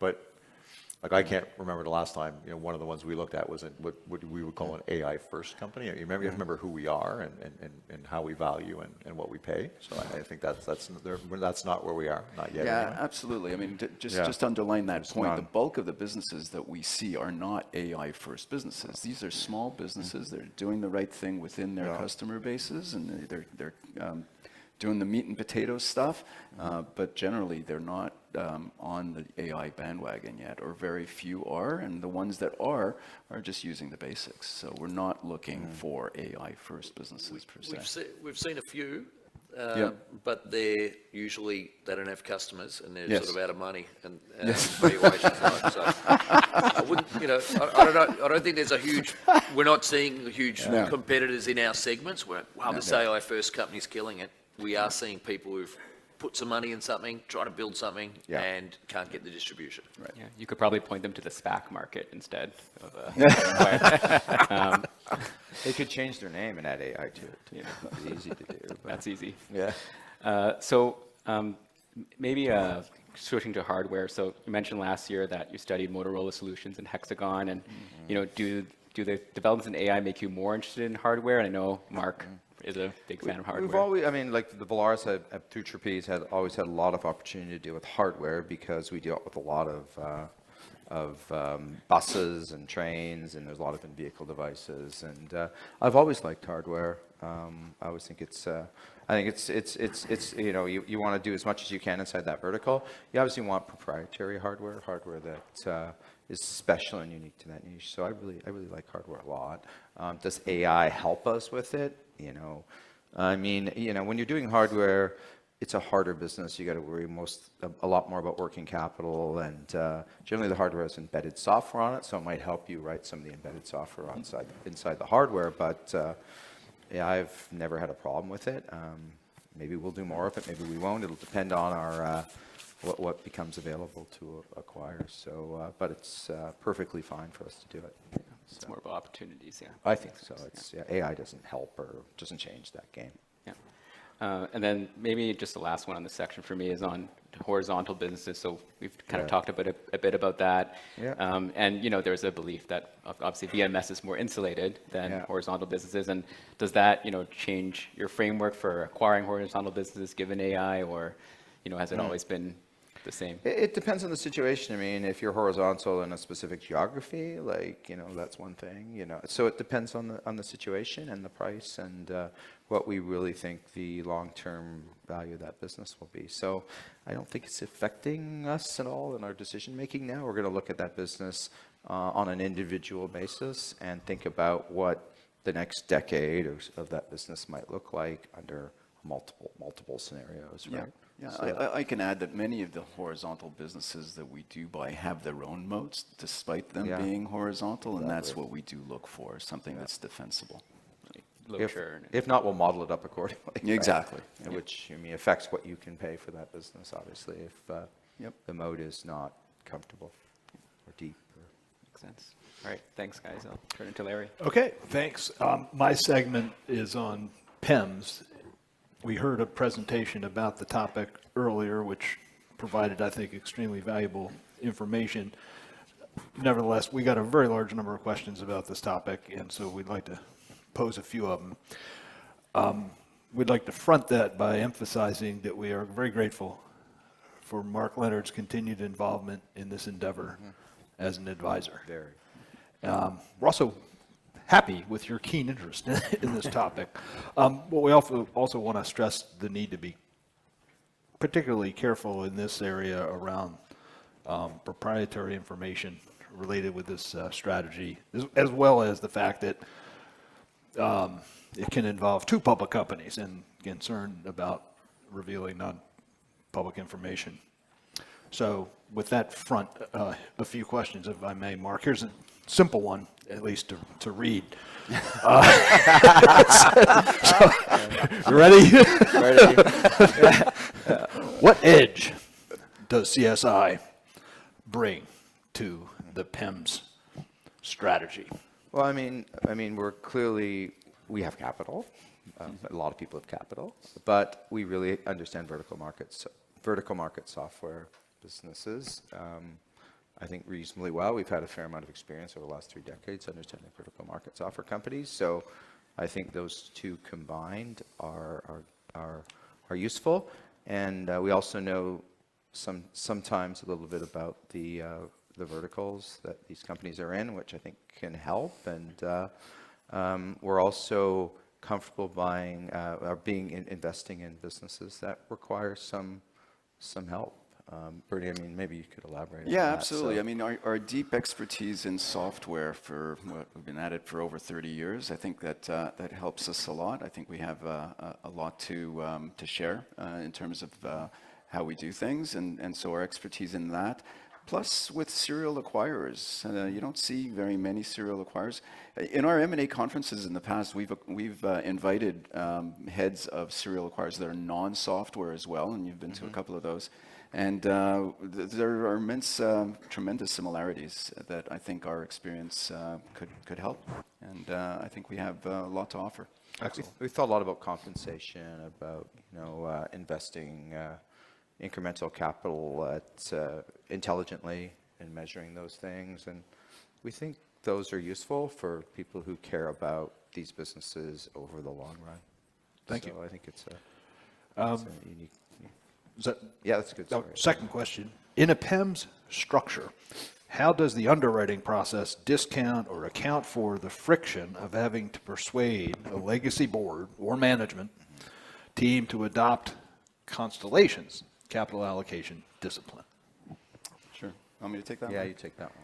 So if you think of the way that we've done acquisitions to date, we buy businesses lock, stock, and barrel, and it takes 1, 2, sometimes 3 years to get them up to speed with best practices that we use to run our businesses. And so if you think of a minority shareholder and how much influence you can have on a business that you do not own 100%, it'll obviously take a while longer in order to influence management to do the right thing. And so what we believe is that we have to get them at a lower price than the businesses that we are actually acquiring at 100%. And so you will see, if we measure ourselves at the same IRR that we measure 100% ownership, we would have to get these businesses at a lower price. Yeah. 3 patient. Patient costs. Time is not your friend. Okay. This third question of this segment, many conglomerates with meaningful public equity holdings trade at a persistent discount to net asset value. As Constellation builds out its PEMS strategy, are you concerned the market may apply a similar discount to these holdings over time? Yeah, I don't think so. I mean, you could see funds that are out there that are closed funds that invest in individual publicly traded businesses, and you can go invest in them. But yes, the closed funds themselves have a discount to that. I think that over time, if you look at how our performance will how we'll perform over time, I don't think there would be a discount, and if there is, so be it. It'll vary over time, just the same way our intrinsic value is one thing and the price is a different thing, and there's nothing that we could do to predict that price and to change it. Yeah. And I think, conglomerate, it's still vertical market software what we're doing. Sure. So it's not some totally different business. Yeah. What if the market fully reflects the value of the company and you no longer see the investment as attractive? Would you depart or protect your reputation as a permanent owner? I mean, part of the PEM strategy is the first word is permanent, I think. Yep, and being a permanent owner, you've emphasized it several times this morning, buy and hold forever.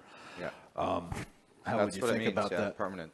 Yeah. Yeah, I mean, selling the businesses, if the price runs away with us, that just doesn't make sense tax-wise. It just would be tax inefficient.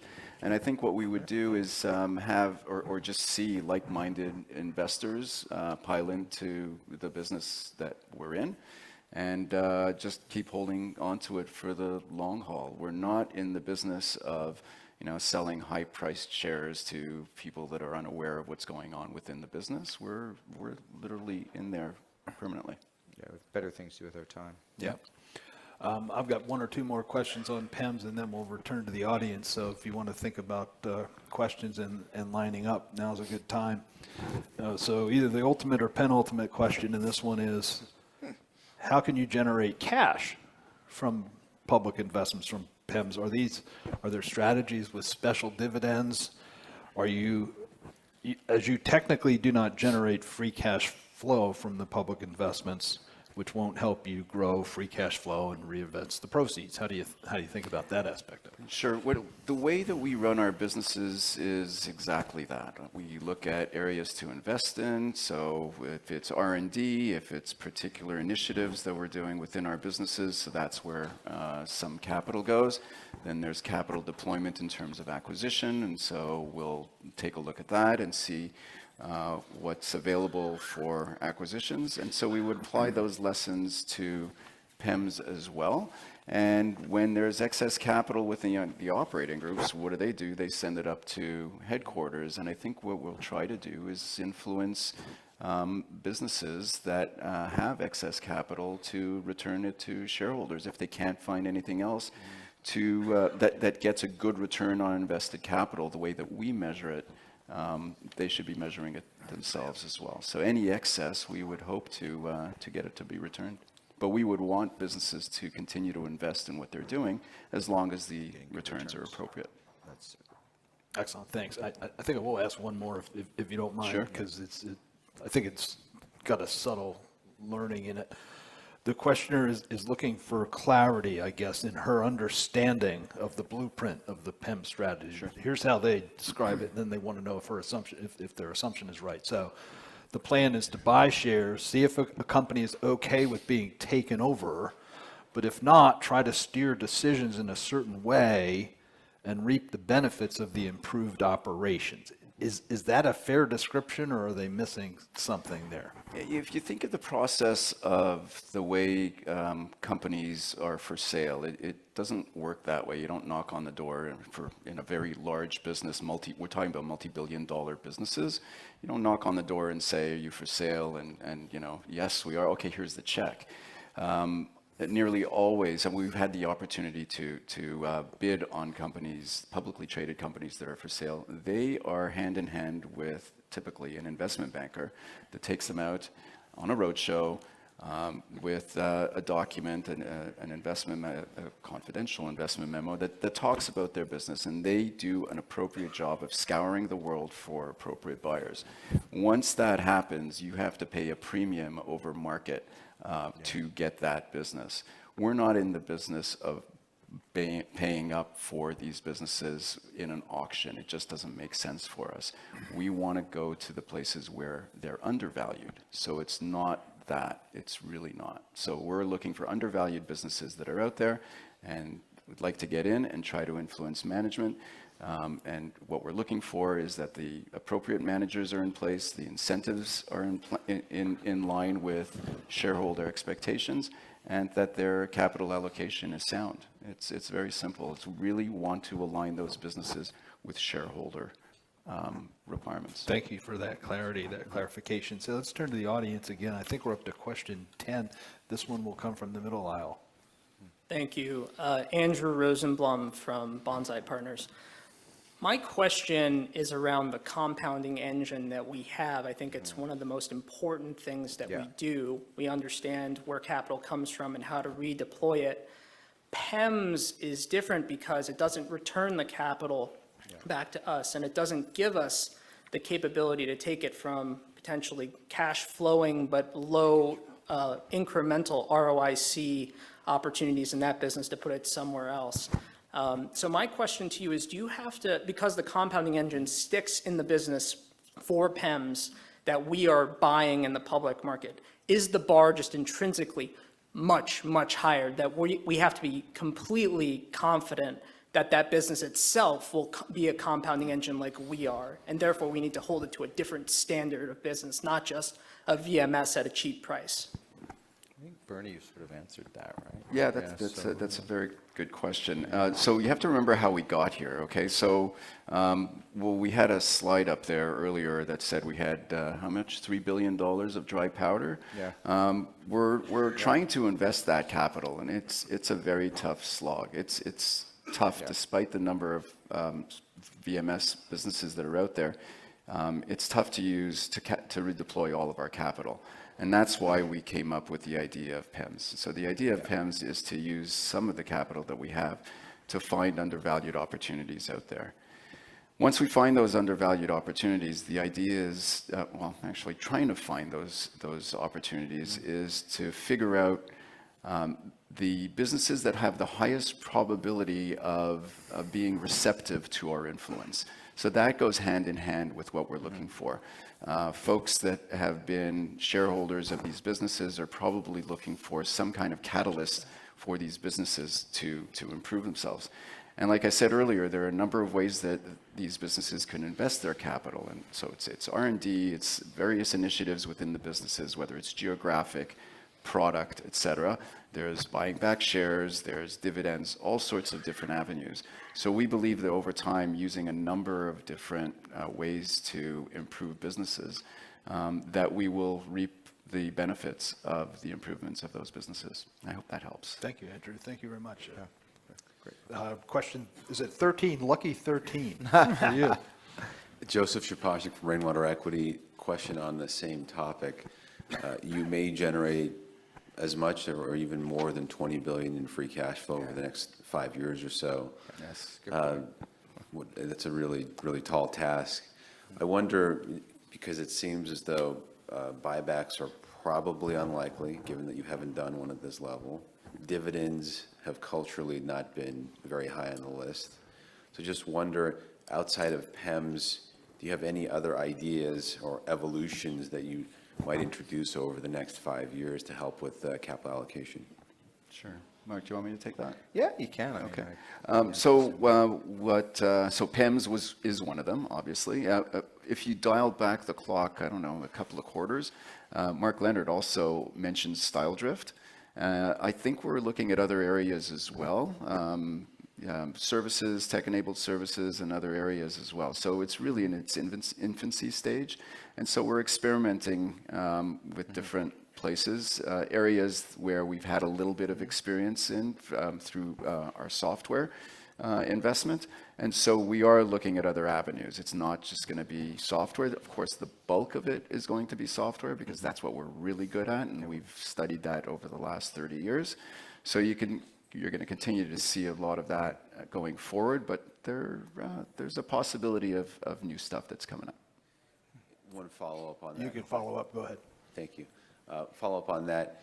Do you think you'll see more PEMS investments over the next 3 years or more style drift investments? Say that positively. That answer. I cannot predict that. There is no we were talking about it last night at dinner, actually, and you can't really predict that, right? So it's just nice to have different tools in the shed that you can use based on the current situation, right? So. Yeah, now PEMS is still an experiment. We're just starting out, and just like a couple of other areas we're poking at, still very early. Excellent. Thank you, Joseph. Question 14 in the middle. Hey, how's it going? Hi, Daniel Lee from WCM Investment Management. Thanks for hosting the meeting. Good to be back since 2019. Thank you. Kind of a follow-up to the prior question on, I think I might be wrong, but I noticed there's a business unit that's focused on industrials. And so it's kind of to that style drift point. I know there's a lot of experiments happening, but could you help us get a sense of how you think about approaching kind of new industries that are outside the direct kind of vertical market software realm? Like, do you approach it first with the same hurdles, like the IRR hurdles first, or is it more of a business model thing first? And how do you track those experiments to see whether you should kind of dial it in more or kind of pull away? Well, every investment we track and have tracked forever. So, and I think in our decentralized structure, there's some experimentation just that naturally happens and ideas that come out, and we, depending on the operating group leader and which portfolio you're in, we sort of will allow those experiments to happen, and then we'll measure how that's working out, and then consider whether maybe that's something we could do more of. But it kind of, I would say, it happens organically. Wouldn't you say? Yeah, and we'll measure them the same way, same IRRs, everything's the same. Rates, you have to. It just so happens that VMS is a really good industry to be in. So we'll just have to measure them accordingly with the same level as our own VMS acquisitions, for sure. Thank you, Dan. Thank you very That's a much. great And question. we'll actually come back. So we're going to pivot back to the panel now, and we'll actually have some more questions about investments outside of VMS in a moment. But first, we'll turn the table to Will with some questions about general M&A activity. Right, so VMS is a great industry. There does seem to be some sort of gradation inside of VMS. The question asks, the phrase mission critical is used to describe just about every software business. When you are evaluating businesses to buy, how do you assess the criticality of the software to the end customer? And can you illustrate with some examples of businesses where you've walked away because the software didn't meet the mission critical criterion? I can hand it over to the other guys. Yeah. Does anyone else want to take that? It's a great question. Bernie, Sure. Oh, yeah, Barry, yeah. Yeah, happy. So we always think about, if the system goes down, does the customer go out of business? Can they not run their business, right? And so if you think of it that way, that's the ultimate mission criticality. And then you sort of take that part of the continuum and you go to the other side of the continuum, which is, if the software stops working, does the business just pull out a piece of paper and handwrite things down and keep going? And so that's how we think about it. And then we have that judgment that goes into it. And most of what we look at is on this end of the continuum, which is the business really stops working and you've got to be able to fix it and all that kind of stuff. But, on this end of the spectrum, we do have some businesses, and, we talked about marketing this morning. That's one of the businesses that probably pivots closer to this side of the spectrum than this side of the spectrum. And we have some of those in Jonas as well that are closer to this side. And when we go, I guess, closer to this side of the spectrum where it's less mission critical, we often do it in a vertical we're already in. So it's like an add-on product on top of a mission critical system. So that's how we think about it. And, if we're going to this end of the spectrum, we hopefully price appropriately, and we think about that in the price we're paying and what we're willing to buy the business for. And if we get to this side of the spectrum, then we know it's probably inherently good business. And one of the key indicators is obviously attrition rates, right? So when you're on this end of the spectrum, you tend to have very low attrition rates. When you're on this end of the spectrum, tend to have much higher attrition rates. And I was talking at dinner last night to one of the Harris folks, and they have a couple businesses with 0% attrition. I've never seen that before, so I'm just jealous of Jeff over there. I'd like to know what that is. Yeah. So the middle of the spectrum, just to add to that, the middle of the spectrum is, say, a departmental solution where we have the main system of record, but there's a little department solution that could be mission critical to a handful of people within that organization. So the business doesn't die if you pull the plug on that add-on, but that's mission critical to that group. So then that's kind of somewhere in the middle.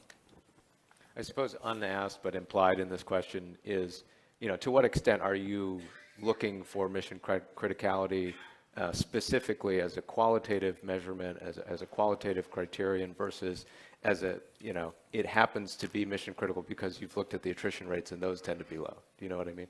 Yeah, we use a business quality checklist that we've used for I don't know how long, Bernie, and it's in there, but there's other aspects to it. And so it's not the only thing we look at, but it's one of the key things we look at is that mission criticality in the business quality checklist. And obviously the higher you score on the business quality checklist, the higher we believe it's a great business, and we might want to stretch to make sure we acquire that business. And if it scores lower, then we hopefully price accordingly.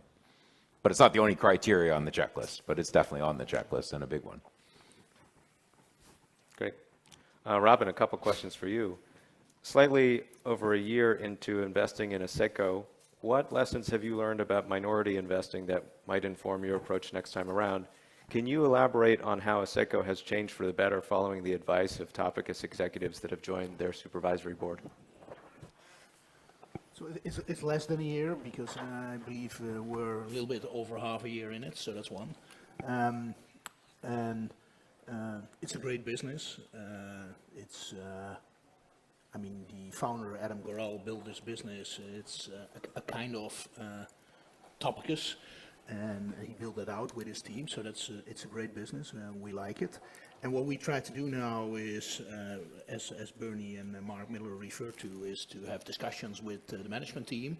So that's the part engaged, and we show them our tools and the way we think and all that things, and that goes step by step. And and trying to get their head around things we do and things they do, and you want to continue them doing what they do very well, and hopefully we can add some things to it, that 1 + 1 is more than 2. I think that's very important in this partnership. And you know, there are also partnerships when it's less than 2, but you try to do that together with the company and the management, and we're on that path, and we have 3 persons on the board, and you know, we have good dialogues, and I think it's slightly different than, like I said before, buying a whole company. But like Bernie said, you know, is the feeling that people are open to what we do and how we think. And I think we have great discussions there with management. But like I said, it's half a year that we're in it, so it's a bit early to tell where we're exactly standing. The second question on this is, if to the extent that they do M&A at Asseco, how do you address potential overlap in targets? Do you have some sort of deal registration database the same way that, you know, the whole company sort of registers its deals and which ones are carved out to the different groups? Yeah, so they're not part of the Constellation system, so they have their own, they did M&A and they can continue doing M&A. And then we have resolutions about if there are potential conflicts of interest, we have to solve that. But they do what they do, so they're not part of the Constellation, let's say, database or whatever you want to call it. They're not part of that. Okay. This one is a question about private credit, particularly around software. So to what extent has the dislocation in private credit, particularly around software assets and portfolios, created new potential investment opportunities and ways to deploy capital? I suppose the questioner is asking if Constellation is open to investing in credit as opposed to equity historically. Well, we know that the opportunity is out there. We know that there's some distressed debt out there with respect to software investments, but it's a completely different world from equity investment. And so right now we're looking at things, but we're not diving in. We know that it's a scary world just because of the way that businesses restructure debt. Sometimes it's just difficult to hold on to a piece of paper and make sure that that piece of paper still exists at the end of the restructuring, or whether it's worth that paper at the end of the restructuring. The other aspect of it is it's a very short tenured type of investment. So debt is typically 5 years out or 3 years out, and if it's distressed, there's going to be a restructuring that happens in short order. So we're in the business of long-term investing, so permanent investing. So it's very difficult to shift ourselves from going to from long-term investment into debt that has maybe 2-3 years, and then you get all of your money back, more money than you expect, some of it back. Anyway, it would go back to what we did 25 years ago, these short-term equity investments, and I don't think that really fits with our model, but never say never. Great. We had a live question come in. What is your view on the market's consolidation rate and hurdle rate? In other words, will you run out of small, profitable companies to buy soon? So a question about your runway. You guys want to take this, or? Bernie, take it. I could, yeah. So our runway is still huge. I mean, going back to profitable, I think we've said this various times. We don't look at profitability. We look at a business, mission criticality, attrition rates, loyal customer base, employee base, all sorts of aspects of these businesses. And our database of these software companies is still quite large, and it's still building. And if you think of what the software world is all about, especially now with AI tools that are out there, that you can get more software businesses that are created on a regular basis, the number of acquisition targets that are here today will be multiplied several-fold over the next 10 years or so. So I think that runway still exists. Don't know how software or what software will look like 10 years from now. It could be a completely different story, but I firmly believe that those prospects are still there. Yeah, there's new startups all the time. Mm-hmm. Something like that can work.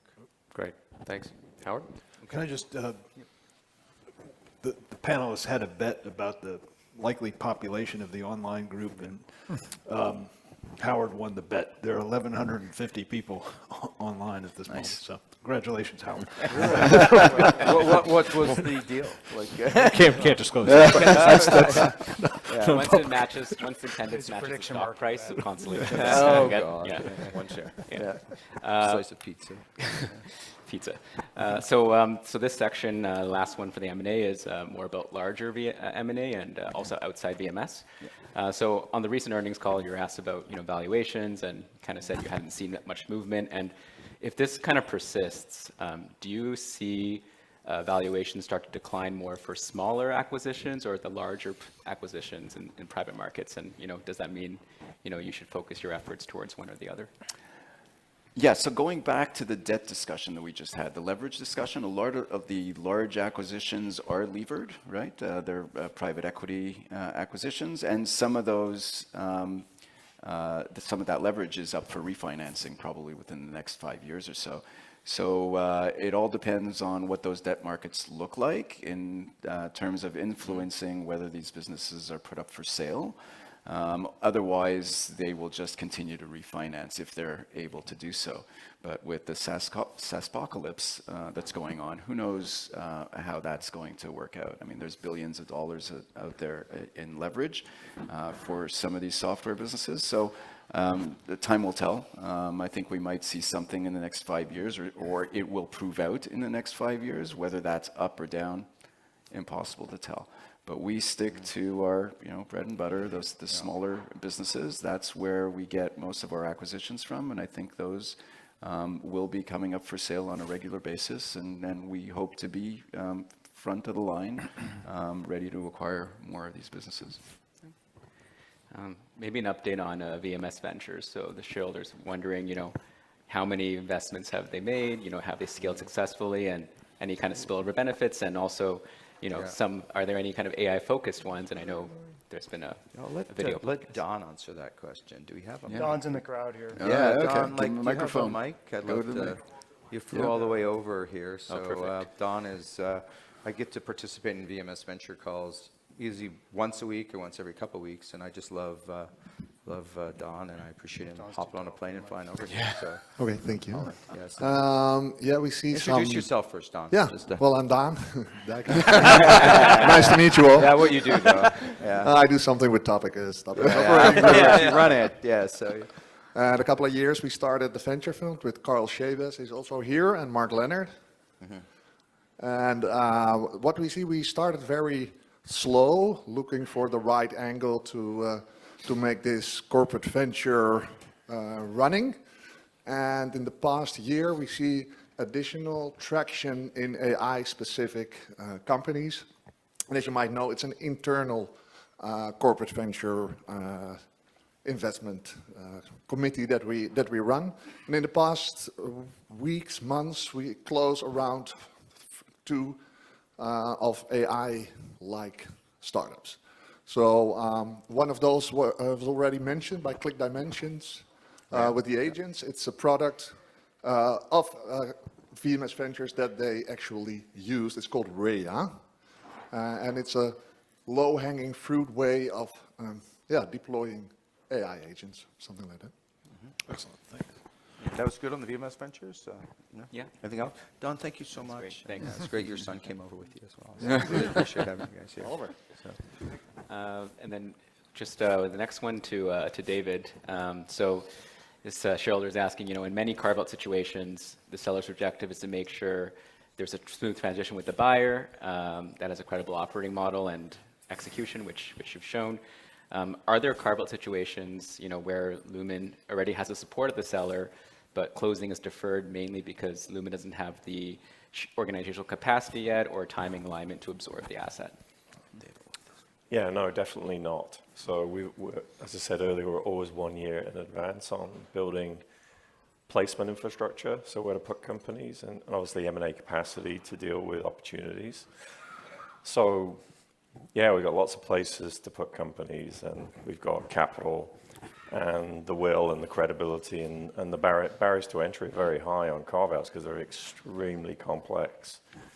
especially the larger ones with dysfunctional sellers.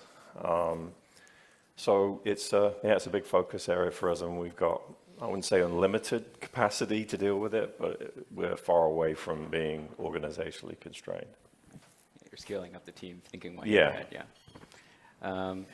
yeah. Maybe a really broad one to kind of round this out. You know, if Constellation's objective is trying to deploy 100% of free cash flow over the next decade without materially increasing dividends, what do you think the company needs to do differently from the last decade to make that possible? Is that, you know, acquisition criteria, which we've touched on a little bit, lowering hurdle rates, organizational changes? It's really developing people. Like, we got to continue to develop people like we have, because, you know, we deploy all the capital because we have a deep bench of people throughout this organization. And if we don't continue to develop that, if the leaders of our leaders of our leaders aren't developing their people, that's going to be our challenge. It's and it sounds like an apple pie and motherhood thing, but it's very true, especially if you decentralize capital deployment, right? So you need to have people out there that you measure and you trust and you develop as they learn the ropes of capital deployment, like all of us did that are up here. Want to cue the audience? Sure. So Howard will ask one more question in this round, and then we'll turn to another segment of audience questions. So if you think of one and join the mic, you have the last question. Yeah, and the kind of flip side of that is if you cannot deploy all your capital, what will you do? And, you know, if it's below your magic buyback or above your magic buyback number, you know, what else will you do with that capital? Same answer we had for Pence, right? So. Yeah, I mean, we've done special dividends in the past. So there are many ways to allocate capital, and obviously we wouldn't endeavor on a buyback if it didn't make sense for our shareholders with our high rates of returns, but we have used special dividends in the past. We're not going to buy the jets, though. So. You don't have to return them, right? Yeah. All right, that's it for me. So Thank you so much, Howard. So it looks like there are no shareholders at the mics. One or two are traveling, so we welcome. So it'll be question 15 from the audience. Next, let's in the middle aisle. Again from WCM Investment Management. I guess a quick one on just PEMS.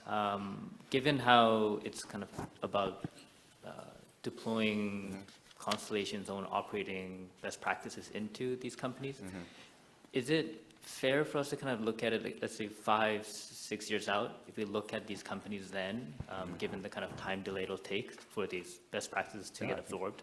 That's fair, right? Would that be a good indication of how some business units actually are transformed inside Constellation? Like, in a way, it's for us, we can monitor it in a public sphere, how these operating practices actually get digested and how the actual financials start evolving? Or would it be a little too different? Personally, I hope that the performance of the business will show up in the financials. I don't know about the share price, but the performance is in the financials, and that's what we really care about, and that's what shareholders really care about, right? Yeah. Improving the intrinsic value. Yeah. But I think the difference, though, is that when we have control, I'm not sure we would be 5 years patient. Yes, it will take, I as think we said in earlier. PEMS, I think we would be, but I don't think internally we would typically be that patient. Yep. Thank you. Thanks, Dan.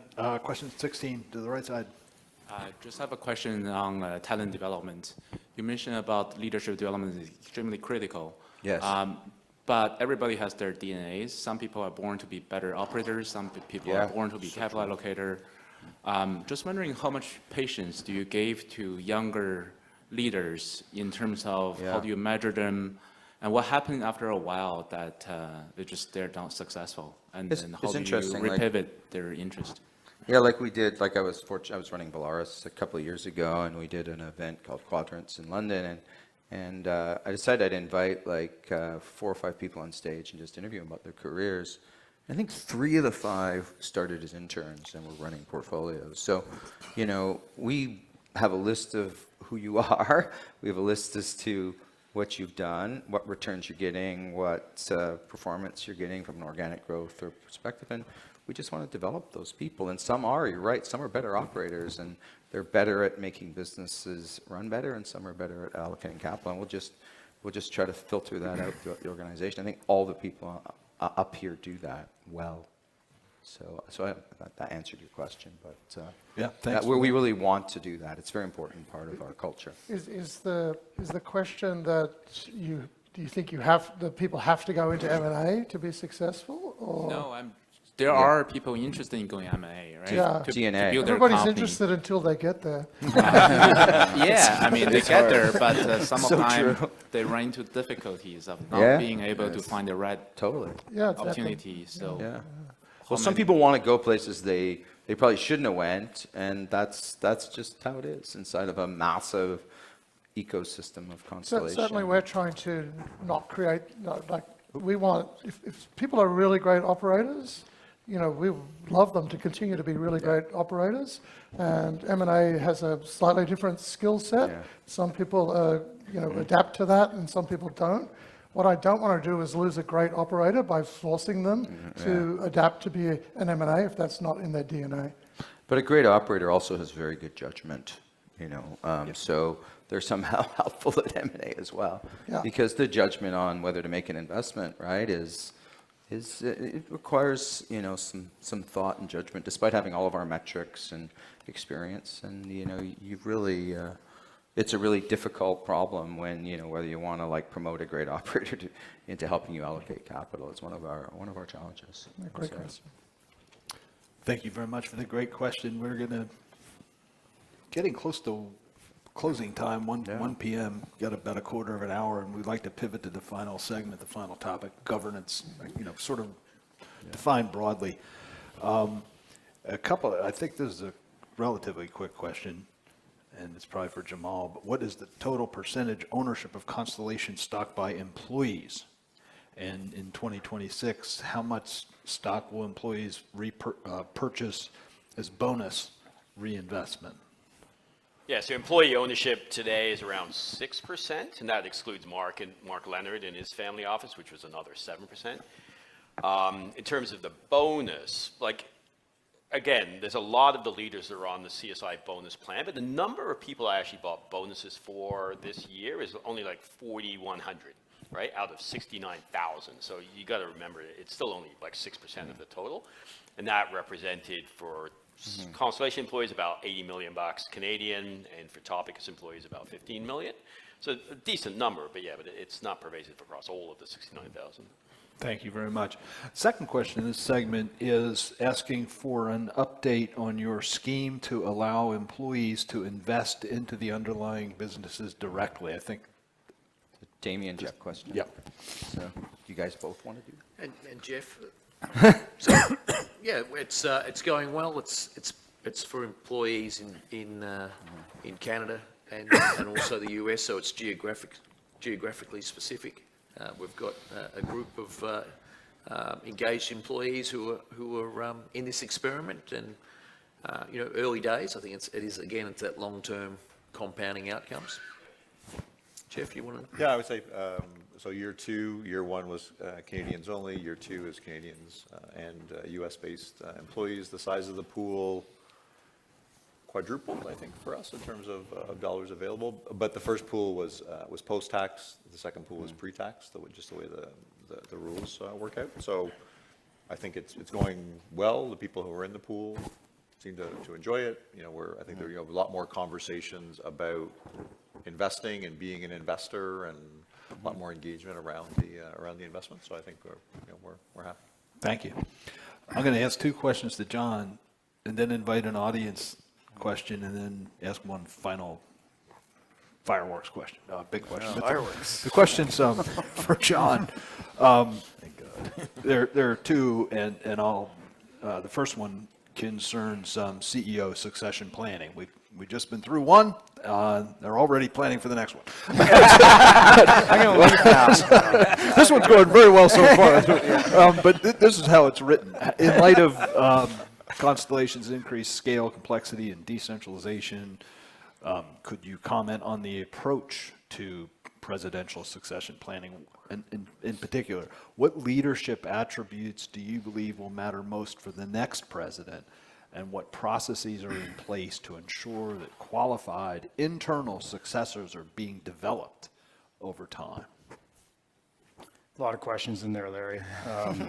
Larry's actually on the HR committee. I'm not, so I feel like I can't answer my own question, Dennis. I'm happy to answer it. And I just wanted to echo Mark Miller's earlier comments that all the employees and shareholders couldn't be more grateful to Mark Leonard for his 30 years of leadership. And we wish he was here today, but he couldn't make it. And if you have his email, I'm sure he'd love to hear from you. Mark. So,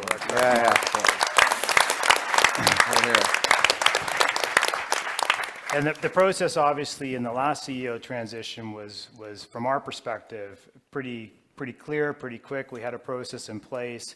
It obviously happened under circumstances no one wished for, but it was pretty smooth from our perspective. And obviously, we're very grateful for Mark for stepping in. Moving forward, I think one of the parts of the questions were the attributes, and this is something I think is pretty critical the way we think about it. And there's a few of them that are absolutely critical. One of them, which Mark has alluded to a number of times, is the importance of autonomy in the way we operate in the decentralized model. And it's always been the case where it's very, very difficult, I think, for a normal CEO to walk into Constellation. That you would never see that, because the first thing they would like to do would be to centralize a whole bunch of things. It may not mean building up centralized departments, but it's likely around decision making.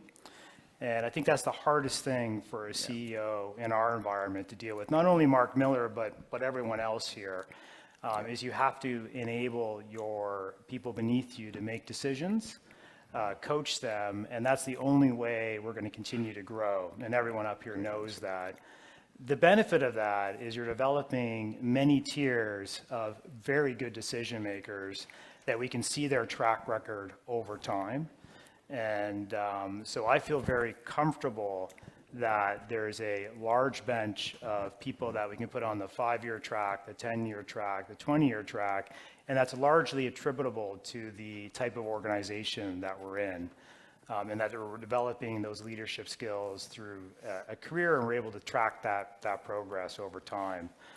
So that is a key part. And then the fundamental decision that a CEO makes and that everyone up here makes is around capital allocation.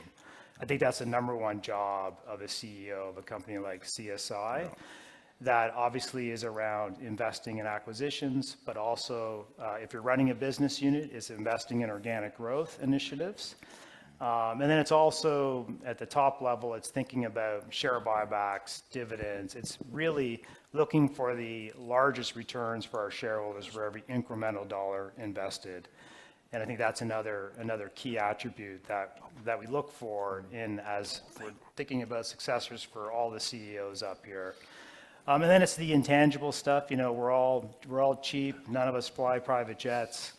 We're all shareholders. We're all big shareholders. Because of that, we act in the best interest of our shareholders.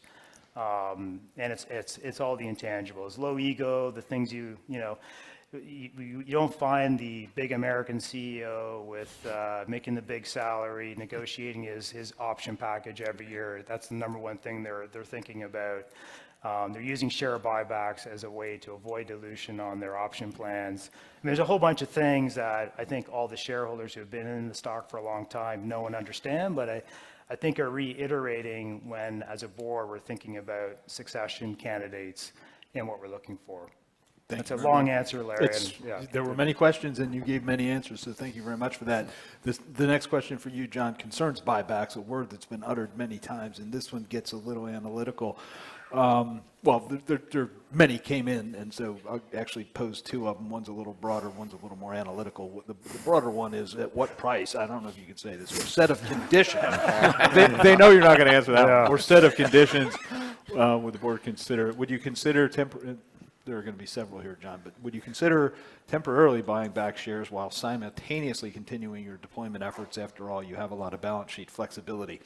Here's the more precise one. This came in this morning on the chat, so I'll read it slowly.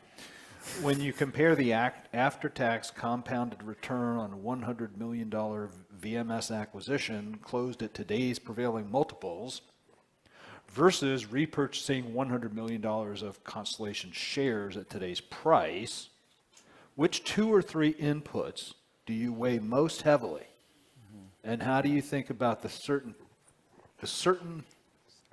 the certainty differential between the two cash flow streams?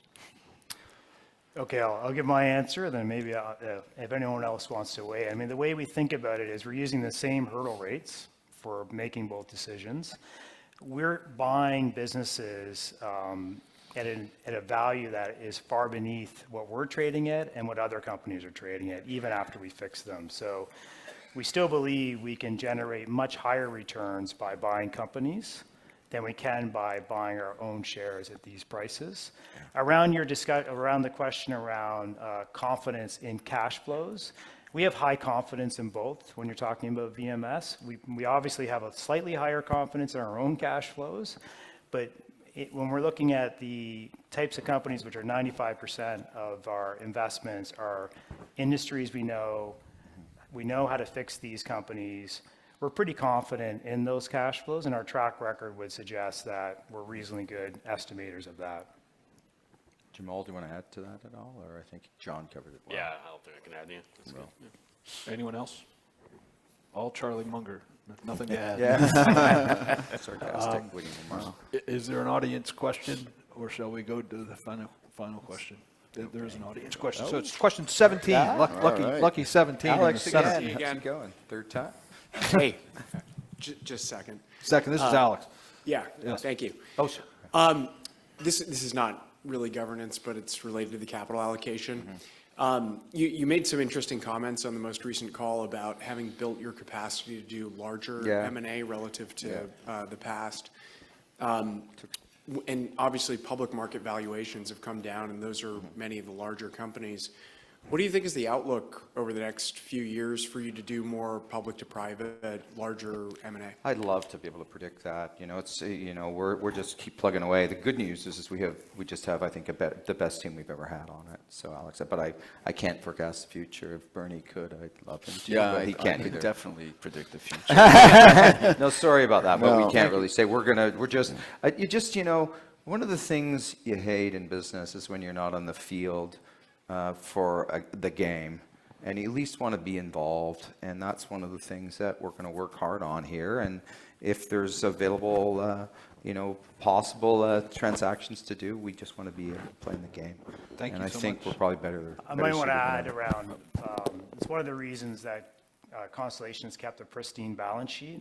And this goes back to Larry's question about why not borrow to buy back shares. I mean, we do believe that we want to have the opportunity to take advantage of, which could be a dislocation in the market for a period of time. So keep selling vertical market software businesses. We want the valuations depressed as long as possible. Yeah, I don't want to buy back shares. Definitely don't. Thank you, Alex. We've got time for at least one more, maybe two if they're short. Okay. Hi, Gabriel Braoni from IP Capital Partners from Brazil. My question is about AI opportunities for the whole M&A function. How Constellation can enhance the job of the M&A and the business development guys over time and accelerate the process. Bernie's on that. So. Yeah, so we definitely have tools that are made available to our M&A associates. And so it's a matter of using those tools. And there's all sorts of parts in the workflow, from finding the right leads all the way down to doing the diligence and closing the deal.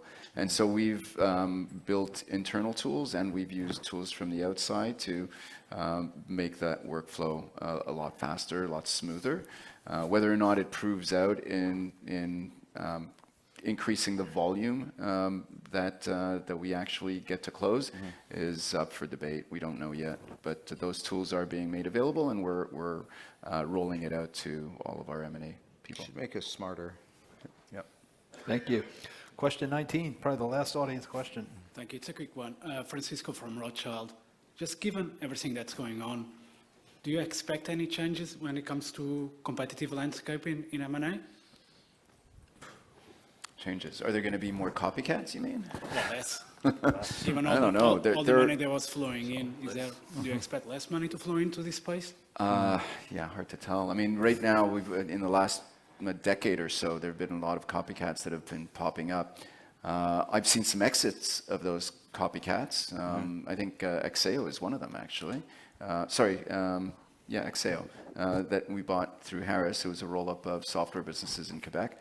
So I'm personally hoping to see more of those copycats maybe throwing in the towel. That would be nice. I don't think that's going to happen right away.